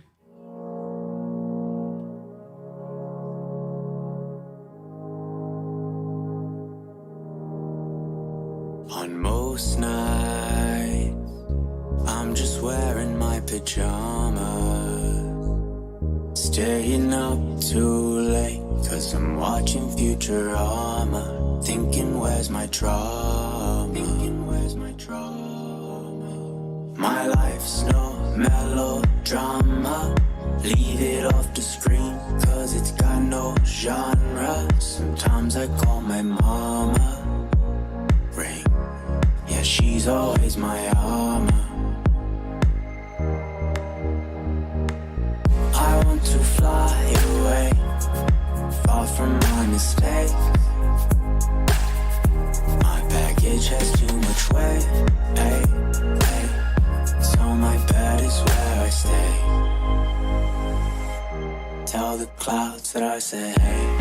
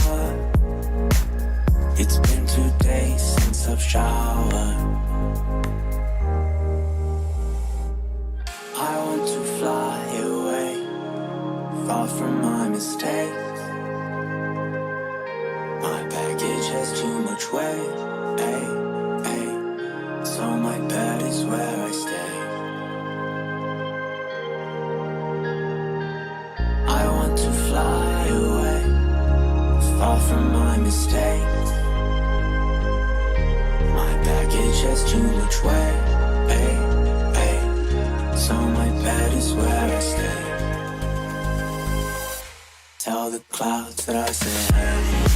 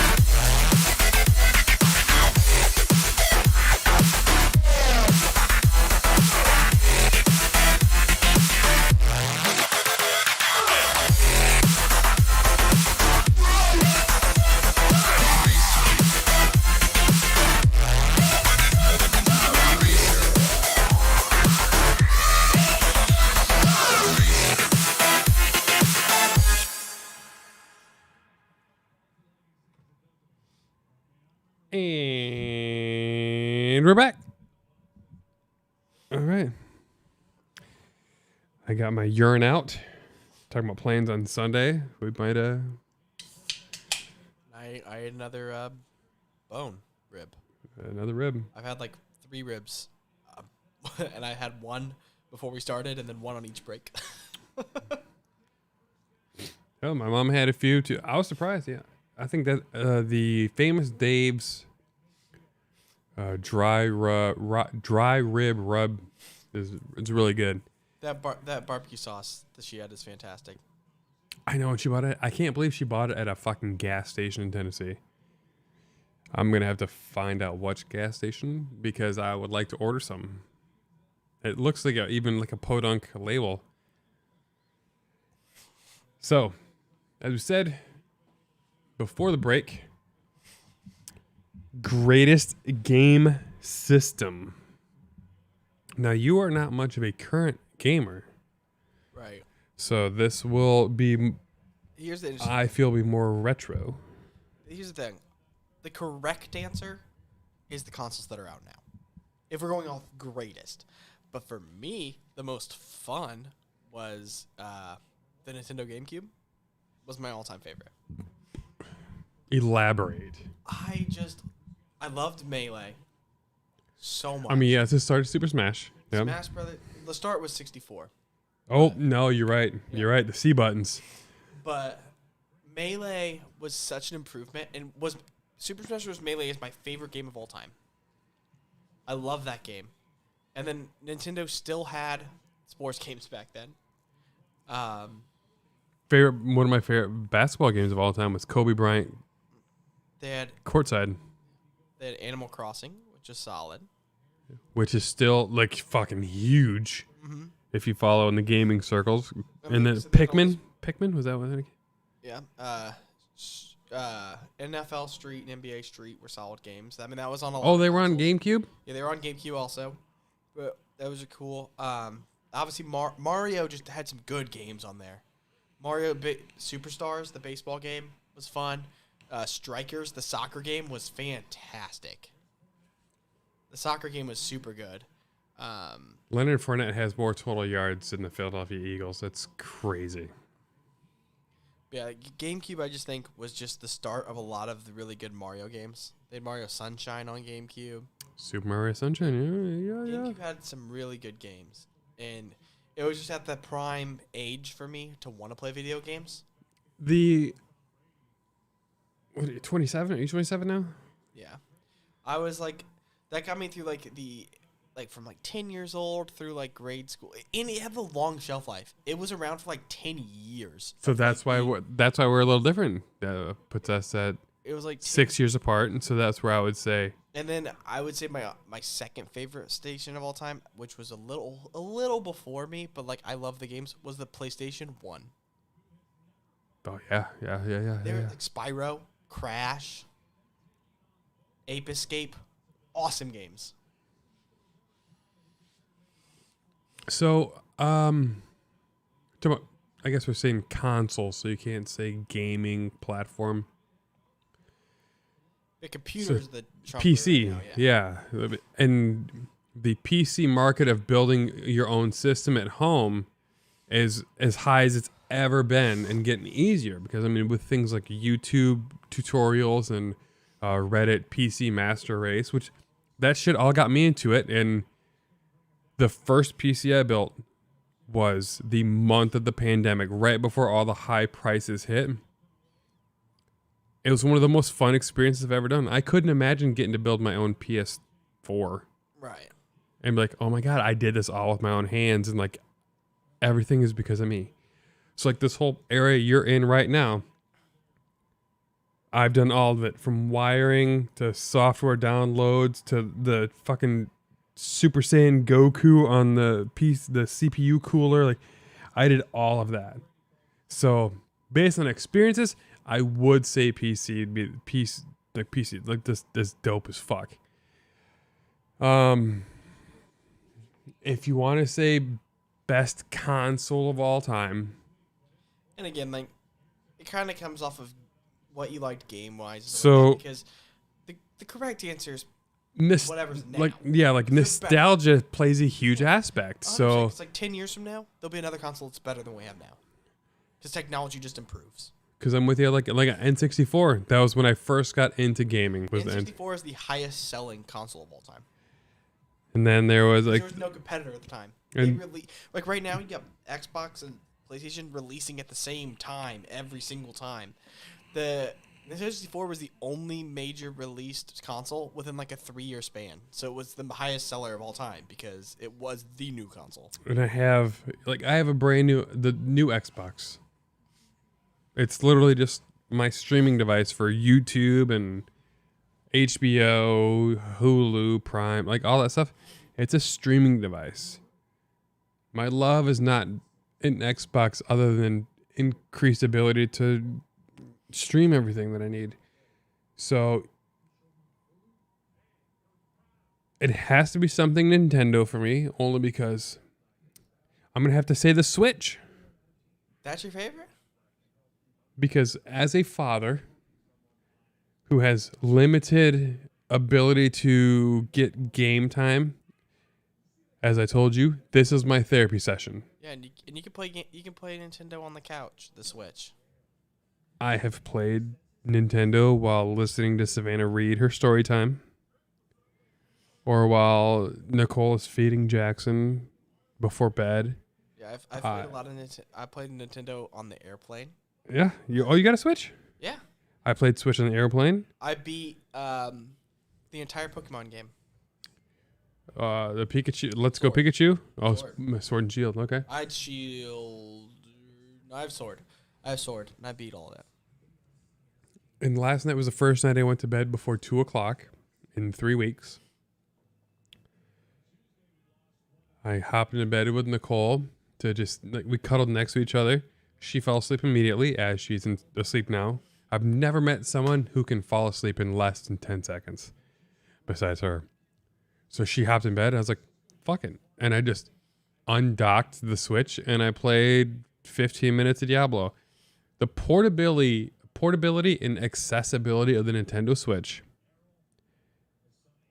It can't be my favorite because you can't play Madden, and that makes me so upset. That does make me mad because I have Madden. I've had every Madden since 1994.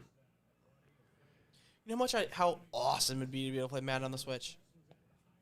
I do, and Madden, like on a plane and stuff like that, and then be able to play on your TV also. It's one of the reasons I'm stoked that EA doesn't have exclusive rights anymore.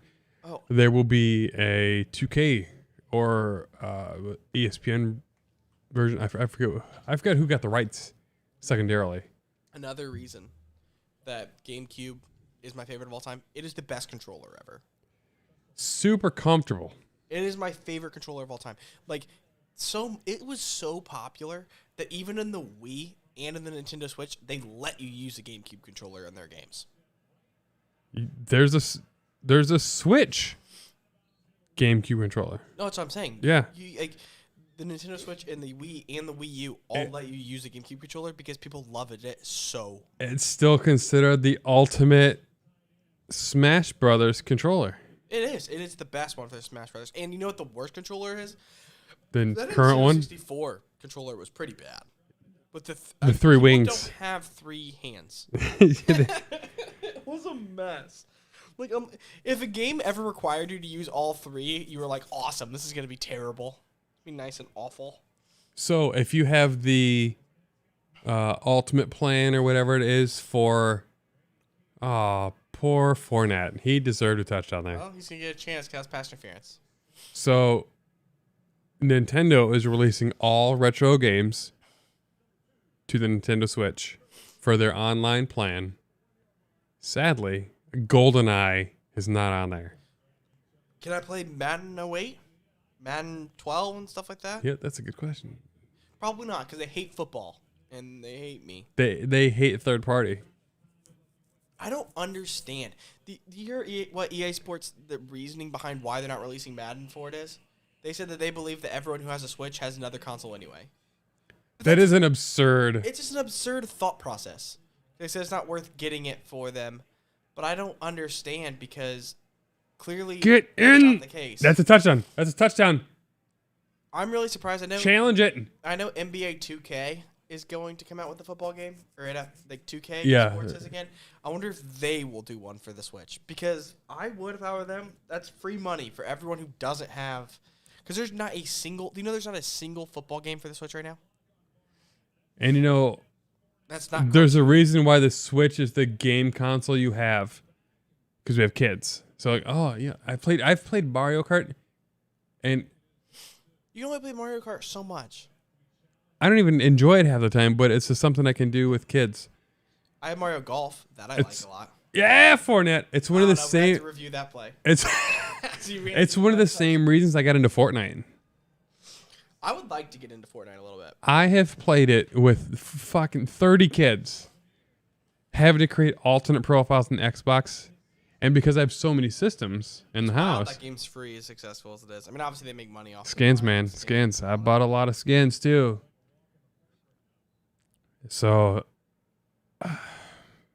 PC is gonna have to be my favorite now, only because of partially recency bias, but adaptability. Number 2 is gonna have to be the Switch, because as a father who doesn't have near as much time to play with my games as I would like to, the Switch gives me a few moments of escape. It's one of the biggest reasons. So like, you play games on it. I don't know how well playing, because I never played Sword and Shield. Fantastic. I will bring out my Game Boy 3DS because I can play a few minutes and just quickly save and bop out. So many games that you want to play requires like a considerable effort. So is Sword and Shield the same way? Like you can just... Same as all the Pokemon games. Is it? Yeah, Pokemon Red, Pokemon Blue, it's the same type of thing. It's just the new one. You get it. You should get Sword or Shield so we can trade Pokemon. Because they did the same thing they always do. Where Yeah, you had to link Red the and Blue trade. have certain Pokemon, that can't be switched, and then like Gold and Silver, same thing. Which one do you want me to get? I said I have. Well, let me go home and make sure I'm right. Yeah. Pretty confident I have Sword, but it's been a minute since I played. I'll get it. And they have those stupid things where Pokemon are only available in the certain games, and then you have to. They want you to either buy both or find a buddy. So, speaking of that, I bought. And Remember then, you used to get the cord. oh yeah, the link cord. Thing, like, doo-doo-doo-doo-doo-doo. I bought Pokemon Red on my 3DS for the Virtual Console, and I found that there's so many glitches that weren't immediately present. So like now I have like a Mew in the initial Pokemon. So like he's one of my 6 Pokemon, and I have only got like 3 badges. I have. It's funny how much easier it is playing as an adult, though. Like, Oh, the smartness, yeah, because instead of just like I burned through this game. instead of just being like all attack, like oh let me hit you with a leer or something, like oh he can't see now, shit like that, and Not even that, just like strategy. just straight not being stupid and like not being 8. Like not being an 8-year-old who's like I don't even know where to go. Like, like they're pretty straightforward games, but when you're 8, not so much. You're just running around, just attacking people. And I had Pokemon Yellow, like a true child. Oh, I had it. I had a yellow Game Boy Color because it came with me. Yeah. I also had a lime green one because I broke the yellow one. Oh, well, that's unfortunate. You had a Game Boy Color. I never had a Game Boy Advance. I did. I Or had DS. the purple translucent Game Boy Advance, and then what else? Oh, I had a Game Boy. I forget which one the flip one was. I had one of those. It was red. Wasn't that the Advance? No, Advance is just one that is shaped kind of like the 3DS. Was it not the new Advance? Oh, they had a See, Game Boy now- Advance, and they had like a second Advance flip one. Now we have to look up Nintendo handhelds. But I had all the Nintendo. I had Nintendo. Oh, right there. Nintendo 64, GameCube, Wii. Game Boy Advance. Yeah, I know. I had that one. Yeah. What was the flippy one called? Was it not an Advance also?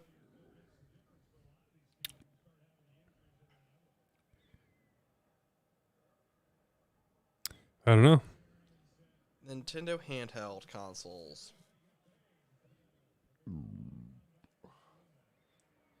Yeah, SP. Oh, SP, yeah. Oh, Yeah, I never had an original Game Boy. My grandma did, and the only game she had was Tetris. Game Boy Tetris Pocket. sucked. I don't even remember the Game Boy Pocket. Game Boy Pocket. Why am I searching on my phone? But it was Game Boy Advance SP. That was the thing. I had an SP. Mine was the red. So But for it the wasn't Advance. I'm not crazy. Game Boy Pocket. That isn't... even looking at it, it doesn't look like anything to me that I remember existing. But I guess it was only around from 96 to 03. Game Boy Micro from 05 to 09. Do you remember that?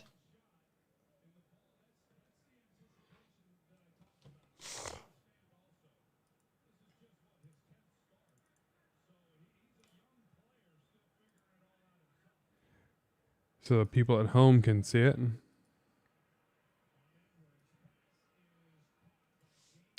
To buy a Game Boy SP right now, it's $260. So that's fun. Game Boy Pocket body, Game Boy Pocket silver handheld. Were you big into the Ruby Sapphire, or were you out of it by then? I would have been into it. I just didn't have an Advance. So I played Gold and Silver, but then I didn't play any again until honestly Sword, because I didn't have any other handhelds until then.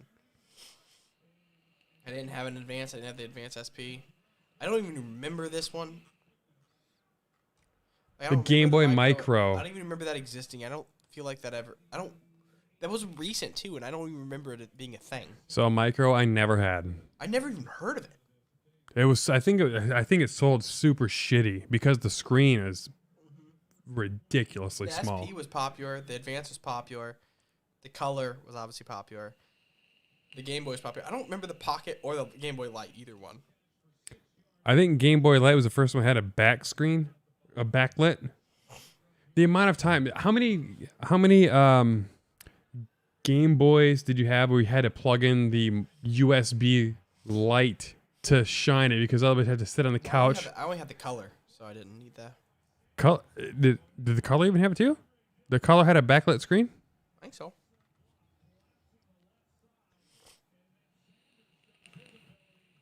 Hey, look, they gave Miles Sanders the ball and he got like 2 yards, like a boss. Like a boss. Wait, the Buccaneers have 22 first downs tonight. How is that possible? That's a lot of first downs. Man, I'm glad we took the 7 points? we took the although if we're doing over under, they're probably not gonna make it. That's 35. Over under, it's 53. They can get there. Get some garbage touchdowns here for the Eagles. Leonard Fournette has fucking 29 points right now. Jalen Hurts is about to ruin his streak of being a top 5 quarterback. He's done for like 60 yards. I think he has me like 6 points. He's got some fucking Justin Fields numbers right now. He's going to have... without the defense. Well, here's a rushing touchdown. That's going to be 6 points. Oof. But that's how he gets there, though. Because even last week, he was doing He's a garbage time quarterback. Because if he gets a rushing touchdown here, because the thing is, 20 points, around 22, 23, 24 points in a standard league is around top 5. Look at how mid-20s. small the fucking micro is. That's terrible. Remember when we thought we wanted everything smaller? Oh yeah. Tons. Why was that the thing? The Nano. What about the little? What was the little? The one that was smaller than the Nano. The iPod. This big. Oh, that was a shuffle. Shuffle. I have one. The Shuffle. It was terrible no too. Screen. You couldn't No even see what screen. song you're It just picking. had a play forward. Gosh, that's so bad. That's such a Oh. terrible idea. Interception? That's not going to be a touchdown. What a play, though. Yeah. Good play. Good play. I have an iPod video, and it makes no sense. I wanted an iPod video so bad because I just wanted to have a video. I had no videos on it. I never got never put a single video on my iPod video. No? Not a single one. So that was the classic scroll wheel with the video playback, right? I had one of those. It was like 32 gigs or something absurd. and I only had his music. I had so many songs in there. With just music, you can't touch 32 gigs, really. I mean, not really. You can't. No, because even like in my Spotify account now, I have like 3,000 songs. On my Mac, I have another 1,500 or something. Garbage rushing touchdown for Hurts. Yep. And the thing is, that's 6 points in fantasy. That's elite. He's elite. And the thing is, if he has 40 yards rushing and a rushing touchdown, that's 10 points. That's half of what he needs as a quarterback right there. And that's why in fantasy he's been so awesome for me. And he'll get another touchdown in this game. Yeah, there's still 2 minutes left in the third. Yeah. So when I got that fucking color. He now has 15 for me in fantasy. He has 63 yards passing. He has 15 fantasy points. That's fucking ridiculous. And that's what makes it so awesome is because he almost can't fail. Even Lamar Jackson's worst games, he's still a fantasy quarterback. And I love running quarterbacks in fantasy because they can't fail, really. Because in games that they can't pass, they run more. Like if in games that you can't throw for 300 yards, they usually run for like 100 or 80 or whatever. And they like. And those 80 yards go way further. Why is Mike Trout there? I don't know. Why is he not in LA? He's on the wrong coast. Baseball's over. And he's an MVP on the worst team in the league every year. He's so good. He was out this year, dude. They have the potential. If they didn't have injuries, if they had him, Anthony Rendon, and Ohtani, Shohei, yeah. That's a pretty scary 2-3-4 in the batting lineup. And you have Fletcher leading off. I mean, that's not bad. They just can't be healthy. Did you ever have this? What is that? It's the Game Boy player for the GameCube. No. Didn't know that existed. It was really small. I think they only sold like 50,000 units. I love Game Boy, though. Or GameCube. I just love the cube, dude. That's my favorite one. It's because I loved Melee so much. Like, Melee, like I said, my favorite game of all time. I was super good at Melee. That was awful. That's the game I got to, like, if I played with a normal person, they just wouldn't touch me. Who's your character in Melee? In Melee? Are you a Kirby guy? I was Link? Mario all around. Or Fox. Fox and Mario were my guys. And, like, you couldn't touch me with those guys. And, like, I wanted it to be Mewtwo. Like, you know, like, you, like, just who you Falcon like to look at. Punch! I wanted it to be Mewtwo because I thought Mewtwo was cool. That's what I wanted it to be. I think Mario was super lame and boring and generic, but I was good with him. Well, he had the triple jump, right? He was just good. The slide and the cape moves, like, the way he moved, I was just really good at. What the fuck And is then Fox just had that bolt where he would go through you, and like, oh, he's a nightmare. They had the reflector. Ness? The only thing about Fox that sucked is he sucked at recovering. Like, did not have good recovery. But yeah, I wanted it to be Mewtwo because I thought Mewtwo was the coolest character. But Mewtwo was actually pretty useless for me. But yeah, I would play with Mario mostly, and just like I said, you just couldn't. Like, it's so funny because like I'd play with my brother, and like every once in a while he would like beat me when we were just messing around or whatever. I'd be like, okay, we're playing again on the final map where you played Mr. Hand. Oh, the hand. Yeah. I'm going to play on the flat map. No items. Play me now. Or we play anywhere you want, but no items are off. And then it wouldn't. 2001. God, it was such a good game. Gosh, just looking at it makes me happy.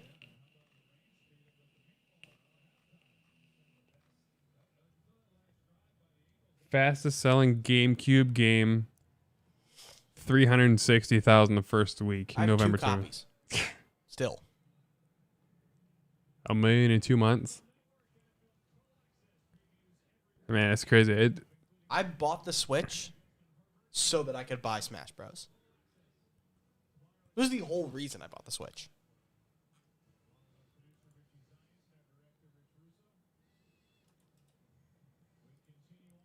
See the characters they had so I could. Dude, I can almost recite them to you. Marth, Roy, Sheik, Zelda, Dr. Mario, Young Young Link. Not to be confused with Toon Link in the later ones. Mr. Game Man Watch. Falco. Icebreakers. Or Ice Climbers. Who are underrated.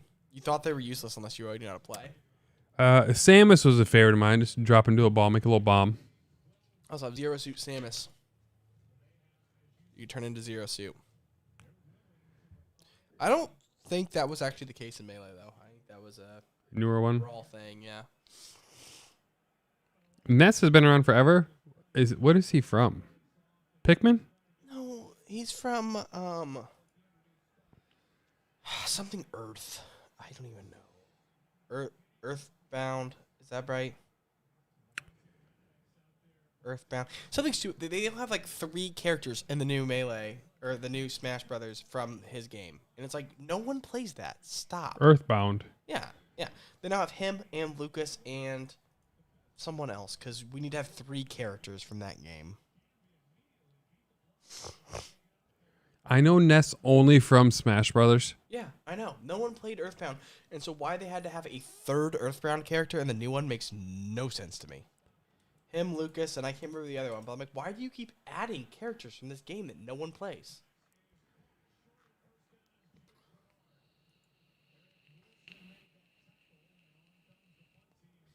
It's from 1994. I've never even really heard of the game. Like I said, That is so weird. it's kind of like Snake has been in a lot of them, and I've never played his game. I think it's called Snake. No, not the game where you go around and like. Snake from Metal Gear Solid? Oh yeah, never played Metal Gear Solid. So, Ness and his party of 4, Paula, Jeff, and Pooh, travel the world to collect melodies from 8 sanctuaries in order to defeat the Universal Cosmic Destroyer, Gligus. That's so weird. Based from the returning staff of Mother from 1989. And it's weird. It's like you look at that and you're like, who is that for? Like. So the gameplay design, when you look at this picture, man, where's the fucking zoom? So this, when you look at the zoom of it, this has the same layout almost as some of the That's Super Nintendo. Super Mutant Ninja Turtle games. That side-scrolling action. Very Nintendo looking. That's something that's funny about Nintendo is they had their own little thing. Their style is what it is. I don't hate the color design and everything like that. It's just like, what the fuck? Who is this for? It's not for me. Yeah, it's not like when I played Melee and I was like, oh, like I unlocked Luigi. Like, yeah, I know Luigi. Oh, I unlocked Pikachu. Like, oh, I know Pikachu. I remember the very first one, like from the original Super Smash Bros. 64. They're like, you unlock Ness, and I'm like, who? Like, who did I unlock? Who's this guy? I did like Pikachu and Smash. Pikachu's good. Pikachu! Pikachu's one of my favorite characters. Shoot some lightning, man. Yeah, Pikachu's good. I like Pikachu, Mario. I love Fox. The worst thing about Pikachu was when you had Game Boy Yellow, Pokemon Yellow, you couldn't evolve into Raichu. And Raichu was my favorite Pokemon for many years. Really? My favorite Pokemon of all time, Muck. Muck, you Love Muck. from Grimer, huh? Give me some Muck. Yeah, did you ever watch the show? I watched the show, the first 2 seasons. Yeah, Muck was awesome. Ash gives him to Professor Oak, and he's like hugging him all the time. Muck's great. I cried when I watched the Charmander episode where he's sitting on the rock in the rain. That's a sad one. There's a lot of sad ones. You got the Squirtle with when he joins the team with the Team Rocket. No, he joins the firefighter Squirtles. Oh, the sunglasses. Yeah. When you speak of sad cartoons, what do you think of? BoJack Horseman? Yeah, I love the show, but it's one of those shows that if you made that live action, it would be so depressing. Everything about it is so sad. You're distracted by the fact that it's a cartoon and that there are weird animals. Like, he's a failed actor who is now a drug addict and is super depressed. And you just don't think about it because it's BoJack Horseman. Tampa Bay beat the Detroit Red Wings 7-6 in hockey. That's a 13 goals. That is an absurd amount of goals. It's one of those things, if you're playing DraftKings or something tonight, you better hope you stacked that game, or you will not win. So, the saddest I've ever seen is a show I've never watched it in conjunction. Canceled multiple times, sporadic seasons and everything. That was the episode Jurassic Bark on Futurama. Oh, okay. That one episode of Futurama, yeah, that is a depressing episode. Where the dog is standing outside the shop the whole time. And it just shows seasons passing by and the dog just waiting for Fry to come back. And he was frozen in his fucking tube. And then it just... These... So unrewarding, the fade out. It just shows Matt Groening. He's like, this fucking dog is just... Yeah, they did that on purpose. Oh, they knew what they were doing, and it worked.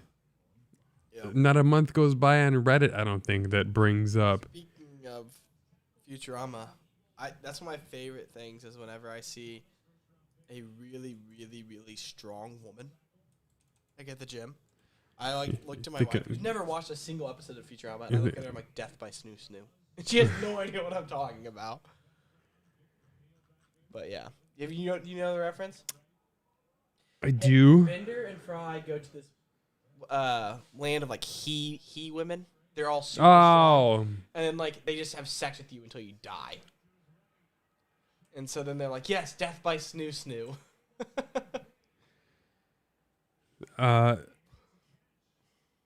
I have been trying to... What is this Jurassic Park 2018 movie? That looks like a winner. I'm sure that's a classy one. No, it's that scene right there. It just shows over a loop of us like winter, spring, summer, fall, and the dog not fucking moving, and it's just like. See, I have cats, and that's why they're great. They would just be like, "Well, I guess they're gone," and move on with their lives. See ya. See ya, Zach, whatever your name is. In this situation, it'd make you happier to know that your cat moved on, though. Oh, it's fucking. Like if you somehow got frozen in time and you know that Arya did that, that'd be terrible. Arya would die inside of my body.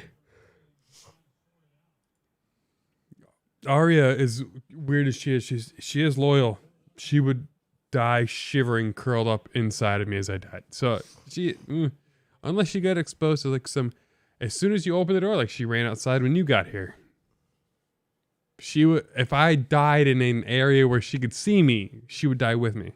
Some teasers for some ideas that I want to come up with for future. I want to do some like top candies, like favorite candy. Oh, I want to do cereal. Oh, yeah, that's already written down. Yeah, dude, I love cereal. Cereal should be more accepted to be eaten, just always. It's hard to make it as a meal, is the thing. You just eat a box of cereal. As an adult, it doesn't fill me up anymore. I'm just like, I've had, one time I was like, I'm going to have Reese's Puffs for dinner. And then I'm like, I've had, 6 bowls. I had 3,900 calories of Reese's Puff cereal. Have you had a Reese's Puff cereal bar? Delicious. Oh, No, that's what Savannah had earlier. I told her I like the Cinnamon Toast Crunch cereal bar. It's very good. Oh, I never had that one. Cinnamon The Trix Toast one's pretty decent, but Cinnamon it's Toast not. Crunch is the best. Heavily recommend. It's super sugary, I bet. Yeah. Naturally. Cinnamon Toast Crunch is one of the best dry cereals. Oh, no milk? Yeah, I just eat it like a cracker. It's my Ritz. Yeah, it's for great, sure. It's a great dry cereal. And then I like Cookie Crisp okay. As a Cookie Crisp. Remember, all right. So I think cereal's a really interesting topic, though. Because when I think as how much you enjoy it as an adult versus a kid, and you're just like, oh, no just, thanks. Just the progression of cereal. Like I remember when they first came, when Cookie Crisp and Reese's Puffs. Reese's Puffs are fairly new when we were younger. Those, it came out when I was a kid. Yeah, those were secret, it's kind of bad for you cereals. It was Cinnamon Toast Crunch, Reese's Puffs, and Cookie Crisp. And Cookie Crisp, I was like, your parents, but you can have Cookie Crisp. It's like cookies. It's fucking dessert. Walk down the cereal aisles now. It's Oreos, Chips Ahoy, They have a Twinkie cereal. Like, they're not even trying anymore. It's just like, they're just like, yeah, we understand it's bad for you. Here's cookies. Like, it's just donuts. They have Krispy Kreme cereal, I'm pretty sure. I remember when Oreo O's came out. Yeah, now they don't even care. Like, Now they're all shits. Also, when I was a kid, my favorite cereal of all time might honestly be this garbage one they sell at Walmart. It's like Dino Bites with marshmallows or something. It's Fruity Pebbles, and they put Lucky Charms marshmallows in the Fruity Pebbles. It's just a bowl of sugar, but it is fantastic. so what? My favorite old man cereal growing up was Basic 4. Basic 4. I've never heard of Basic 4. So Basic 4 Can you is pull this up on the screen? I would like to see, because I like to see what cereal looks like. it is an incredibly boring cereal. Is it like a Raisin Bran type thing? Yes. But it was my favorite for many years. Oh, cereals with a C, not a... See, I really like the Special K cereal with yogurt and yogurt. That's a good one. Basic 4, that's it right there. So what is in it? We got almonds, some cranberries. Raisins and yogurt clusters. That'd be solid. I would like to lose the raisins and the craisins. I understand. I like almonds and yogurt, though. I'm on board for. So my big thing is a teaspoon of sugar. Makes the medicine go down. That's right. That's a... But like, or your cereal. that was the only healthy-ish cereal that I could get. My $10 now. That's terrible. You can actually get it. You can get it at Walmart. Oh, okay. I was like, what a terrible price for a cereal. So then the other one, you have to look away. Okay. My other one, yeah look, keep. I'm looking at the screen. I'm looking at Devonta Smith going across the middle. That's 24 yards. Can they sneak and make this a game all of a sudden?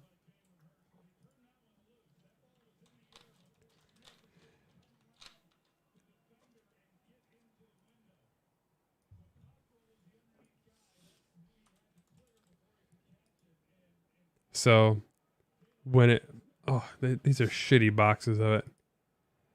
That's Oh, there's Miles Sanders looking explosive. Luckily, another 4 yards. They give him the ball 3 times a game, and he gets 50 yards. There it is. So this was my cereal before the Reese's Puffs Rice Krispie Treat cereal. So it's not just Rice Krispies? No. It is Rice Krispies with marshmallow sugary covered around it, and there's giant clumps of Rice Krispies in it, and you pour milk in it. What? Why did Rice Krispie Treats went out? You know what we should do someday? You and me, let's make our Rice Krispie Treats the exact recipe with different cereals. So they brought that back. It was back for like 2 years, and I ate like 12 or 15 boxes. The problem is, during the shipping process, the giant, huge clusters that make it awesome and like Melt. they break, and so it's just like it literally just looks like Rice Krispie cereal. Oh. But yeah, Also, people can see Rice Krispie Treat cereal. You can't tell me that like Fruity Pebbles, if you made Rice Krispie Treats out of that, wouldn't be awesome. Say what? What Pebbles? Fruity Pebbles? Yeah. Oh, I do love some fruit. But now, rather than even bothering trying to make it a treat with cereal and they just make it into a fucking bar covered in sugar and marshmallow. That's what I'm saying. Like, I would like to make Rice Krispies though sometime with just different cereals, like with Fruity Pebbles. Let's try to make like, what if you made it with Reese's Puffs? Would it hold together well? Girlfriend before Nicole actually did make Rice Krispie marshmallow treats. Right, a Fruity Pebble Rice Krispies. Was it good? It's fucking delicious. I was like, it sounds like it should be better because Rice Krispies aren't a good cereal. So it's almost an overload of the senses. Yeah, because a Rice Krispie is a bad cereal. Yeah, but it's covered with marshmallow fluff and sugar No, but I'm talking and about butter. like an actual cereal. Like you pour Rice Krispies in milk and eat them. It's not For me to have Rice Krispie cereal, you put sugar in it. I have to have equal parts sugar and Rice Krispies. This is not very good. It's the same way that I have Raisin Bran. Like, I don't like Raisin Bran. You almost have to savor it soaking up the milk. Yeah. It's like How is milk sweeter than this cereal? It's one of the few cereals where it's like it's better soggy. Like you don't want you don't want it fresh. How do you feel about frosted mini wheats? Yeah. I hate how much I love and he fucking missed the kick. Dude, field goal kickers don't make. This has been a rough. Who'd have thought the Bears' best player is a fucking field goal kicker who's made. Meanwhile, Justin Tucker hit a 66-yarder. People can't hit basic field goals anymore. It's true. That's true. But the Bears have the longest active streak of a field goal kicker now because 3 of the other 3 in front of them missed. 33 consecutive. Maybe 34 now. Making a live action. Oh no, it's a commercial. Fuck you, Samsung. I've been duped by Amazon. So, Oreo O's Are very good. I remember the first time I had them. It was after my parents' divorce. I lived on Allen Street, which is a block away from my grandma's house on my dad's side. I ate probably 15 boxes in the first month it came out. So good. I don't like the chocolate cookie of the O. I don't like the aftertaste of the O. So as I've gotten older, They have vanilla ones now. there's I can't even keep up with how quickly they come up now. Cereals, you mention it and they have it. But they literally have Ding Dong cereal. Yeah, I've seen Twinkie and I just like. They're not even trying. But when you go back, you think you can't. There's like this commercial. You know what? The Whopper is still around. The Big Mac is still around. All these other cereals. There's like the 15 classics, and then there's the 3,000 new ones that they try to release. You got it. But it's moneymakers. It's like Oreos. They keep releasing all the new Oreos. Yeah, Of which you're right. sound terrible. Like they have watermelon. Oh, And it was so bad because every Target had like a pairing with Oreo for a while where I got to try all the new Oreos as they came out. I mean, they came out with all the flavors of Girl Scout cookies. You know what the newest one is that they're about to release for Oreos? And I refuse to buy them. Cookies and cream Oreos. Which is an Oreo. Or Oreo inside of an Oreo. Like, they're just messing with us now. They're like, money, It's please. true trolling at this point. It's just, So we both, we talked about Reese's Puff and our affinity for it. So, I mean, at this point, why hasn't there been others? but at this point, Reese's Puff cereal is like 23 years old. Yeah. But why? Is that a classic cereal now? Like it's made it. It made it through the initial. It is. They've started to make off-brands of the Reese's Puff. And it's so fucking. Oh, like the multi-meal ones, like the Walmart brand. But yeah, that and I mean they're starting to make Reese's Puff variations. Once you get to that, it's over. Like that's how you know you've made it. Like Lucky Charms, they've done a million different types of Lucky Charms over the years. I used to eat the Walmart brand version of Lucky Charms, Fruity Pebbles, Frosted Flakes. Like they do like fruity Lucky Charms now or chocolate Lucky Charms. Like once they start making variations of your cereal, that's how you know you've made it. The biggest reason I enjoyed it, besides being a much larger bag, they had resealable bags. It is 2020 fucking 1. Why is a cereal bag not a resealable bag? Yeah, I don't know. Every other thing on the planet. Money. They're just cutting money to try to keep cereal cheap because people freak out when cereal goes up a quarter. It's one of those things like gas. Milk, cereal, gas. People are like, cereal's $4 now, and they like freak out, so they're not going to go to the bag. Maybe they can have a bag option for you, where you could pay an extra 50 cents for the resealable bag, and you could. I was just thinking.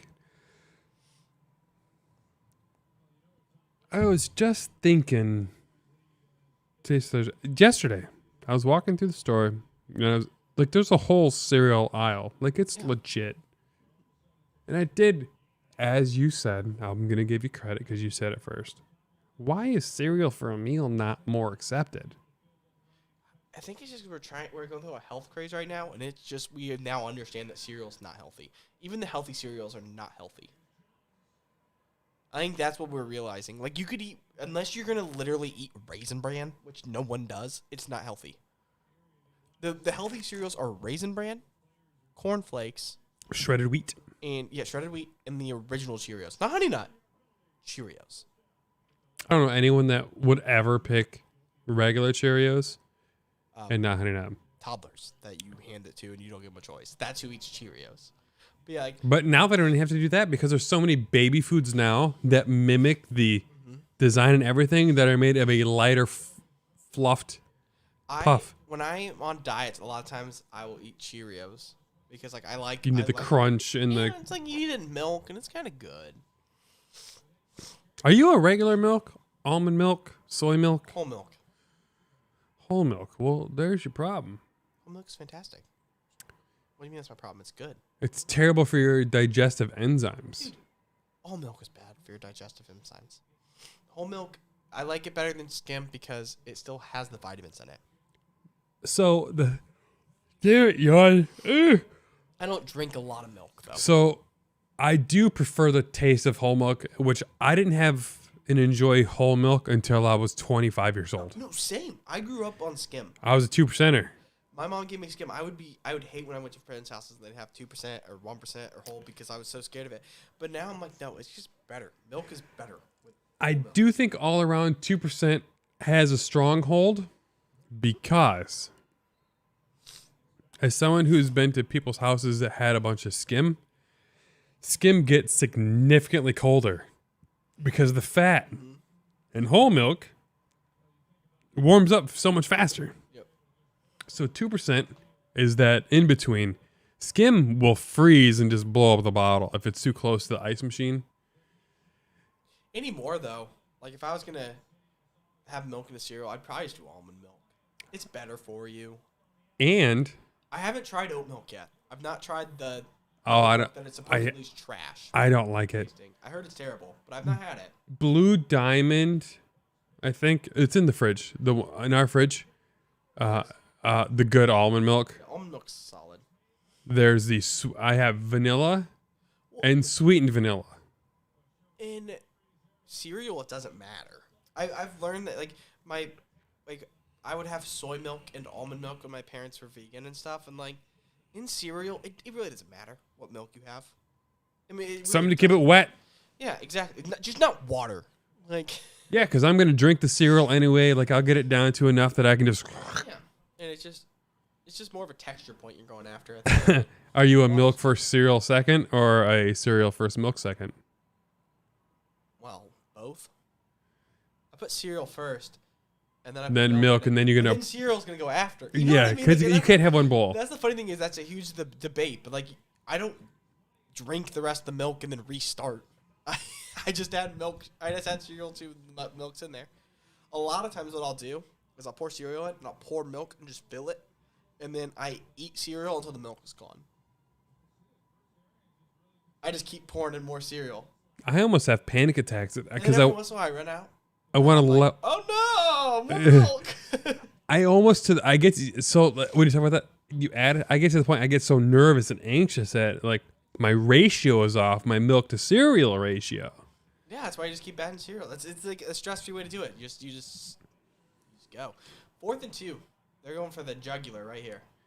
I think Malto Meal deserves more credit at how many of their Walmart giant bags they have from their, and that was the shittiest 4th and 2 pass of the season. That was a bad throw. I mean, I'm feeling better about Ben after that throw. Yeah. So like the Malto Meal bags, like the shredded wheats, exact same as Frosted Mini Wheats. What? The Mateys, which is Captain Crunch knockoff, not the same. Fucks up the roof of your mouth.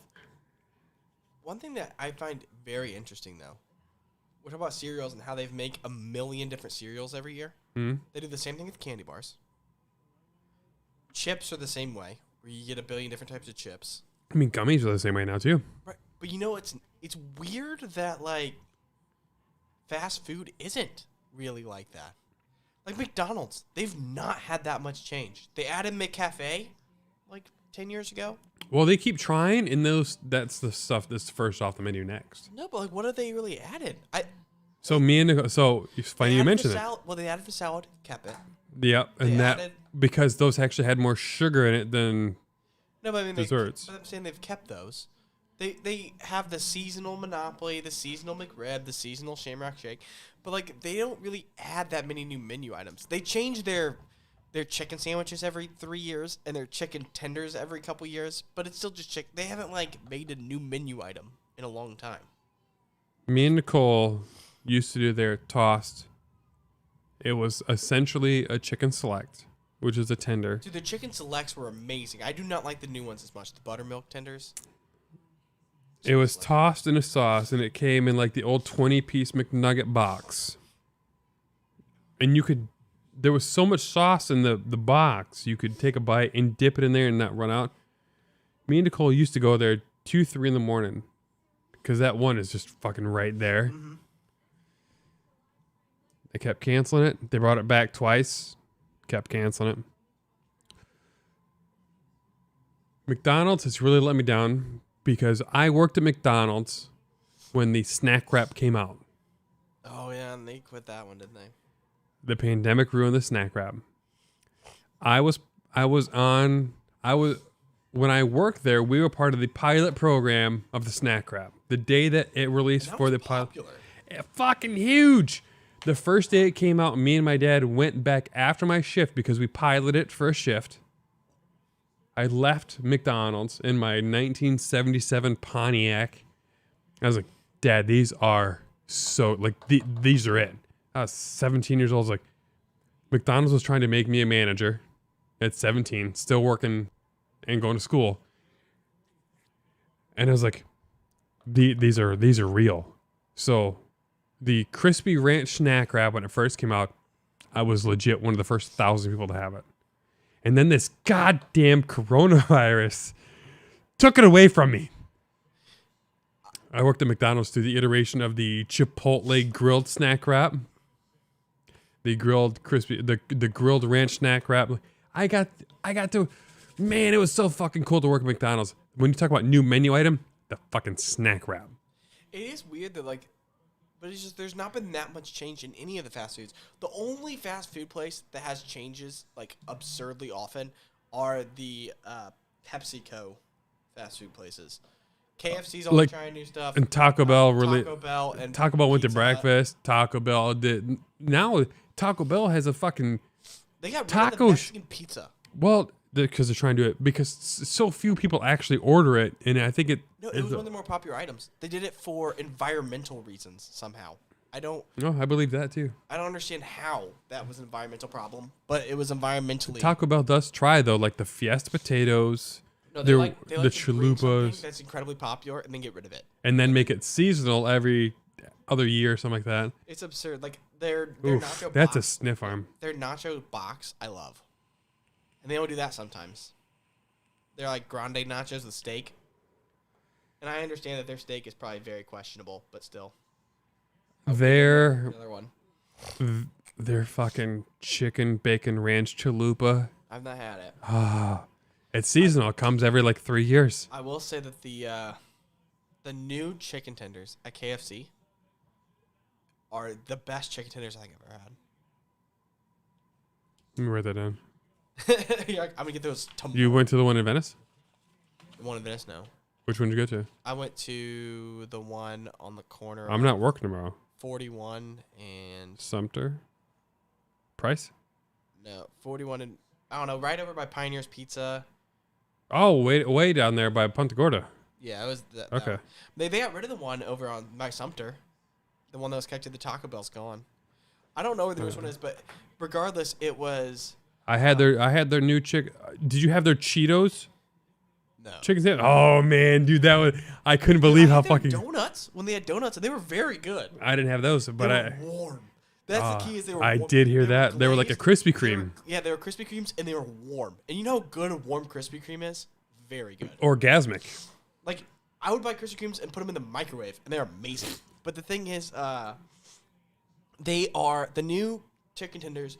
Are because your chicken tenders were good already. Always, yep. But now they are extra crispy chicken tenders. So they take their extra crispy breading from their fried and put it on a tender. All right, I'm in. Super breaded and super crisp. Oh, it was so good. I'll try to follow it to have someone. I ate them without sauce. I was eating them in the car while I was driving because I didn't order them. I ordered the sandwich, You know, and they threw them in my bag, so someone else didn't get their food. But I was eating. I really had to pee, but now you talk about KFC and innovation. My dad, what time are we at? My dad's going to be able to 11:07. time in the show, 2:36. My dad and I, you talk about innovation, the KFC Twister. You remember that? I remember the double down. Yeah. Okay, so 3 or 4 years before that was the KFC Twister. 2 giant chicken breasts. Fucking massive. Fresh lettuce, ranch, onion. Like, it was the perfect chicken burrito. So, my dad is not a fan of the show anymore now that Lowell's not on it. Ouch. That's okay. He hasn't listened since. And we've done this is like our 6th or 7th episode. I don't think he's listened to one yet. But 2 hours, 36 minutes, 17 seconds. Dad, just know the love First just ran it in again. of the kid. He's got Fuck 22 me. now or something, I'm sure. The love of the KFC Twister is not gone. The KFC that we used to have it at has been closed and gone for a long time. PepsiCo is the more advanced one. They are the ones, they try it all. And they own Lay's. Yes. So they do the advanced things. And you know what else PepsiCo likes that I've learned? Boxes. Mm-hmm. Like pizza always has boxes. Taco Bell always has boxes. KFC always has boxes. What cardboard company do they own? Probably something. I mean, honestly, right? As much as they're doing boxes, why were they going for 2? They're going for the win. They're trying to fuck with Vegas. They're trying to make them win by 6. Yeah. We have by 7. The 7. They're trying to make it. Motherfuckers. No, Well, yeah, I'm going to put it on break real quick. I'm going to go First, pee. just gonna give me another 2 points real quick. He's got it too. Yep, He that's our 2 fucking nailed it. Fuck you, Jalen Hurts, you piece of fucking shit. We're going on break for a minute. I'm going to play. I did half an orange last time. Shingo, always.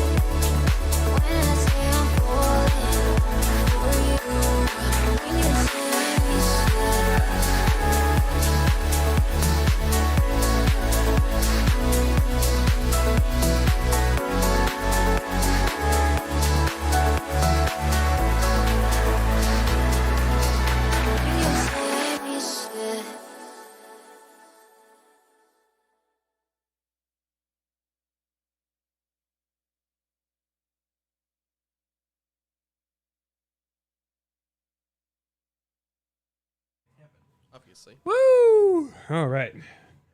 We made it back. I was sitting here ready to roll, and then I realized I was stuffy. I needed to take a hit of my Afrin. Oh. So, texted my dad. He talked about how much he loved the KFC Twister. And I realized Zach might actually be too young to actually. It was I don't remember the Twister. it was super short lived. It really was. It was not a very popular. Oop.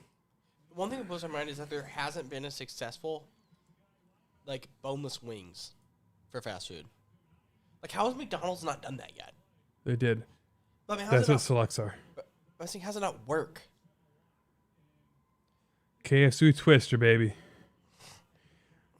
It wasn't. It was this. I don't remember that. It was so good. So you like wraps because you like them. Well, the snack wrap. So the snack wrap was grilled, right? Well, when they really got into it, the McDonald's snack wrap, you could have it grilled crispy, ranch, honey mustard, spicy chipotle. Like it was a flavor for everybody. The original OG #1 crispy ranch snack wrap, $1.29, nailed it every time. This was long before the crispy ranch snack wrap, but this was huge. This was the size of your forearm. It was a $5 wrap. It was. Why did they get rid of it? So it was almost like a burrito Yeah. at that point. It was ginormous, and I loved it. It was when it was good. I think the problem is if you went to a shitty KFC, like any fast food restaurant, bad news travels faster than good. Always has, always will. And like, look at all these pictures. Like, look at how sad some of these fuckers look. This one, though, on the other hand, looks delicious. Stupid thing just like resizing shit on me. But speaking of PepsiCo companies, the Doritos Locos Taco Oh. was temporary for a little bit. Oh. And did you know that it kind of saved Taco Bell? Taco Bell at one point was like starting to go under a little bit. They brought it back, and they said they sold like 1 million tacos in like a couple days. And they said that is now their #1 seller of anything on their menu. Is the I Doritos believe Locos it. Taco. There's no. I don't even want the Cool Ranch. I go there just for it. It's wild. Like in the now a regular crunchy taco is like the same price as a Doritos Locos Taco. So why would you not get the Doritos Taco? The Doritos Locos Taco is so fucking good. Yeah. I eat it in the parking lot. Oh my gosh, they're gonna kneel. So They're gonna keep us from. we lost. Well, they can't kneel it out. Oh yeah, they can. The Eagles They don't make can. timeouts. So yeah, we lost the spread. They lost by 6. You know what, Tom? Fuck you, Tom Brady. That is such a dirtbag fucking He only move. threw 2 touchdowns today. Cut him. Old washed up hag.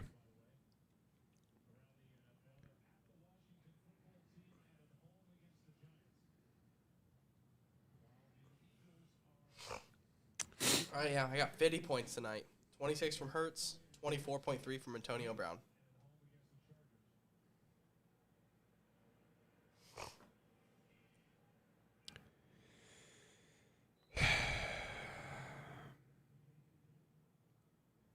You got how many tonight? 50. Still beat me. I got only got 43. I got 26 from Hurts, 24 from AB. 30 from Fournette, 12 from Ertz. And yeah, my running backs, I have Derrick Henry, Jonathan Taylor. Oh, yeah, but Taylor's a real hit or miss. Against Houston, though? Depends on how. It's so hard to bet against Houston. Because if Houston takes a huge ass lead like they did against New England. He had 18 against Seattle. Mm-hmm. And the Rams have great defense. He only had 6. They played Tennessee and he only had 8. But then he had 20 and 32. It's fair. He's starting to get involved in the passing game. Last week, Nyheim Hines only had 1 target. Yeah, Naeem Hines went to. He actually had to become the holder 2 games ago because the That's punter got hurt. for me that he's starting to get involved. Sanders ended up with 8.6. That's just what he does. He had 9 carries for 56 yards. Get the guy the football. I don't understand. Fournette is just becoming fucking elite. Yeah, but I don't understand Miles Sanders. If you look at his game log, he had 15 for 74. That's 5 yards a carry. 13 for 55. That's 4 yards a carry. 2 carries for 27 yards. He had 7 for 13 against Kansas City, which is bad. And then he had 11 for 45 and then 9 for 56. Get the guy the football. He averages 4 or 5 carries every game. Or 4 or 5 yards a carry every game, and then they just don't give it to him. Fournette was 11, 10, 6, 17, 21, 31. It's trending up, baby. Yeah, They're going to let go of Ronald Jones. Fournette's becoming an absolute monster. I have him in some best ball leagues. I hope in a lot of them. I know I have him in some. I hope he's in lineups that have been doing well this season. Love best ball too. Well, this one, I had Devonta Smith and Hurts. Devonta Smith got me a whopping 5 points.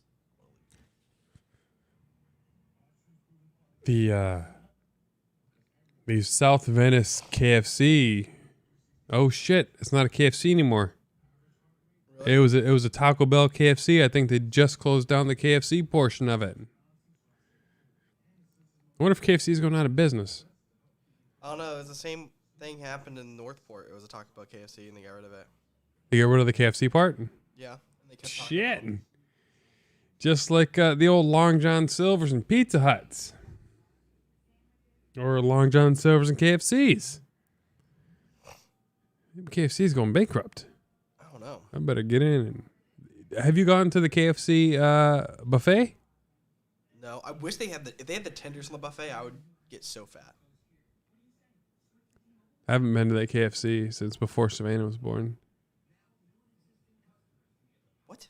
There's a KFC buffet in Port I thought you Charlotte. just meant, like in general. And I was like, how is that possible? That's so long. No, I've been to KFC because it was a KFC Taco Bell. So sometimes I'd get a couple KFC snackers and a Doritos Locos Taco. I always wanted them to merge them. Merge what? I want a box that I can get items from both places. Ah, Like if they okay. had a box, I could build your own box or something, and you could get them from both. Wouldn't that be awesome? It would be. Now I'm trying to think if there's a KFC behind me. They have maps. The Taco Bell by me is the one that's in Inglewood. Actually, doesn't even have KFC breakfast or Taco Bell breakfast. Doesn't open until 11:30.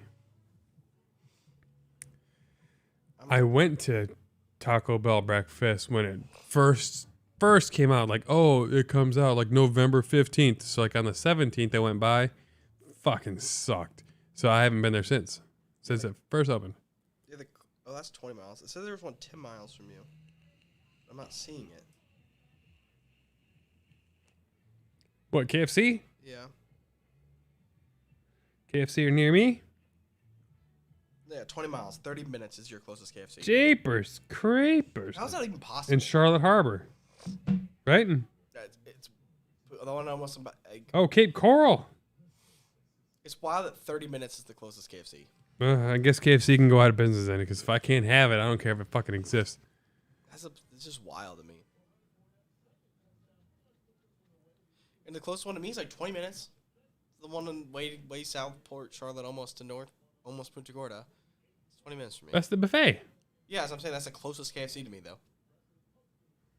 I mean, it's convenient because I go to Punta Gorda a decent amount, so like I can grab it on the way or on the way back. But like, I'm not gonna make a special trip to go there. Maybe I'll go. Just to have a couple of tenders by myself. Enjoy my day off. Hey, if you go tomorrow, keep me posted. I might be able to swing and meet you for lunch. Sounds like a perfect time for the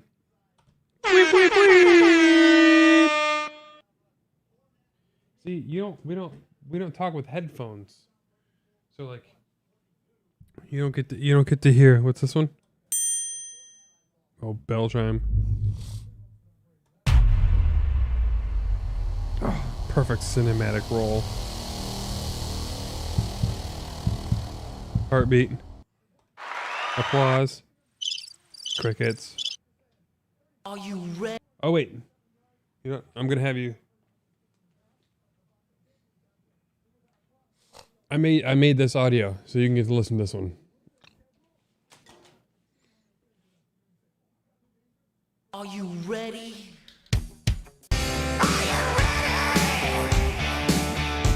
Let's do it. It's about to go down. Are we going to get hopped up enough to make some bad decisions? And perhaps play a little game called Just a Tip. Just for a second. Goddamn right. Washed it down with 1 beer, 2 beers, 3 beers, a shot of whiskey, a margarita, and a Bloody Mary. Damn! It's happened! Let's fucking go! That's awesome. I like those a lot. I like those type of mashups with like movie quotes and stuff. Not too bad. It took me like 5 hours, but I made it. It's hard to find decent audio these days. Oop, let me lift this. Dude, Fournette, I mean, he could be a league winner if he stays this much the guy. The efficiency and If he just stays the only running back in this offense. They're just not playing Ronald Jones anymore, or really Gio. And if they just play him like that, he's going to be unreal. it's hard to believe he's only in his 4th season. Because he killed it in Jacksonville and just seemed like he was an old guy that had no tricks. He wasn't using the screen game, so he had no trade value. And now he's got fucking 6 catches and 60 yards. I'm trying to think. He's like an Eddie George with more power. So good. I mean, the thing is, like, he could be one of the best running backs in football if he's, like, statistically, if he just stays if he stays being the only guy touching it, because this offense is going to move the ball. This offense is kind of an anomaly. There's just 3 elite wide receivers. Well, like, Godwin and Mike Evans both got left out tonight. That's the thing. I just wonder how the egos will work, because it feels like Antonio's going to be involved every game. Because he's always open. He's always open. And the thing is, like... And Godwin's the second best route runner. Say what you will about Brady spreading the ball. He has his favorites. Always. Like, Antonio Brown is Amendola. He's Wes Welker. He's Edelman. He's James White. Like, he wants his guys who he trusts, and Antonio Brown doesn't drop footballs. And Mike Evans has does. a case of the drops since rookie year. And Godwin drops it sometimes. Both of those guys drop the football, and so, like, they're not going to be Brady's favorite. And 3rd down, he's looking for AB. On 3rd down. Yeah. Like, he's always looking AB's direction in, like, big situations, and that's going to keep AB in it. And Tom Brady has no problems checking down, so 3rd downs happens a lot. Has big games and the blowouts. Like last week when he had to. He always has the big games and games that just crush people. Yeah. And it's almost like they just can't. He's a lead horse. It's like they can't defend. When they can't defend anyone, Brady's like, I'll give him a 50-yard touchdown today. Like, I guess. Well, shit. We ran pretty long today. way long. Game's over.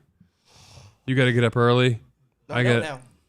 Oh, I got sweet. 6 later that I don't, so that makes me really happy. What time do you get up in the morning? I don't know. Whenever I get up, probably get up around 8, probably. Oh, so I was wondering if I get up before you. I said to you.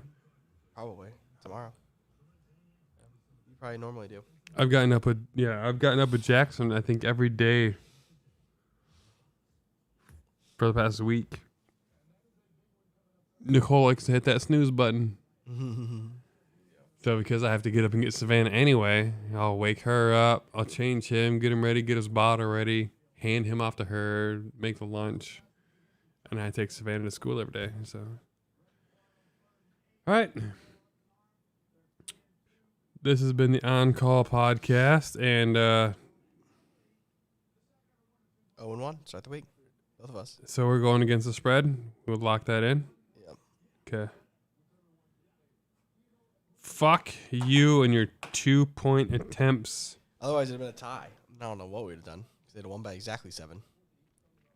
It's a push. I count it as a win, but we'll go against spread, especially because you're a fucking asshole. Like, why would you go for a 2? You're Vegas loves Philly right now. Unless most of the handle was on them to cover, and then they did not. I mean, they were good either way because yesterday the spread was 6.5.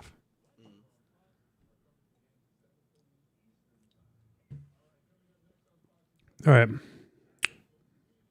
This has been the On Call Pod.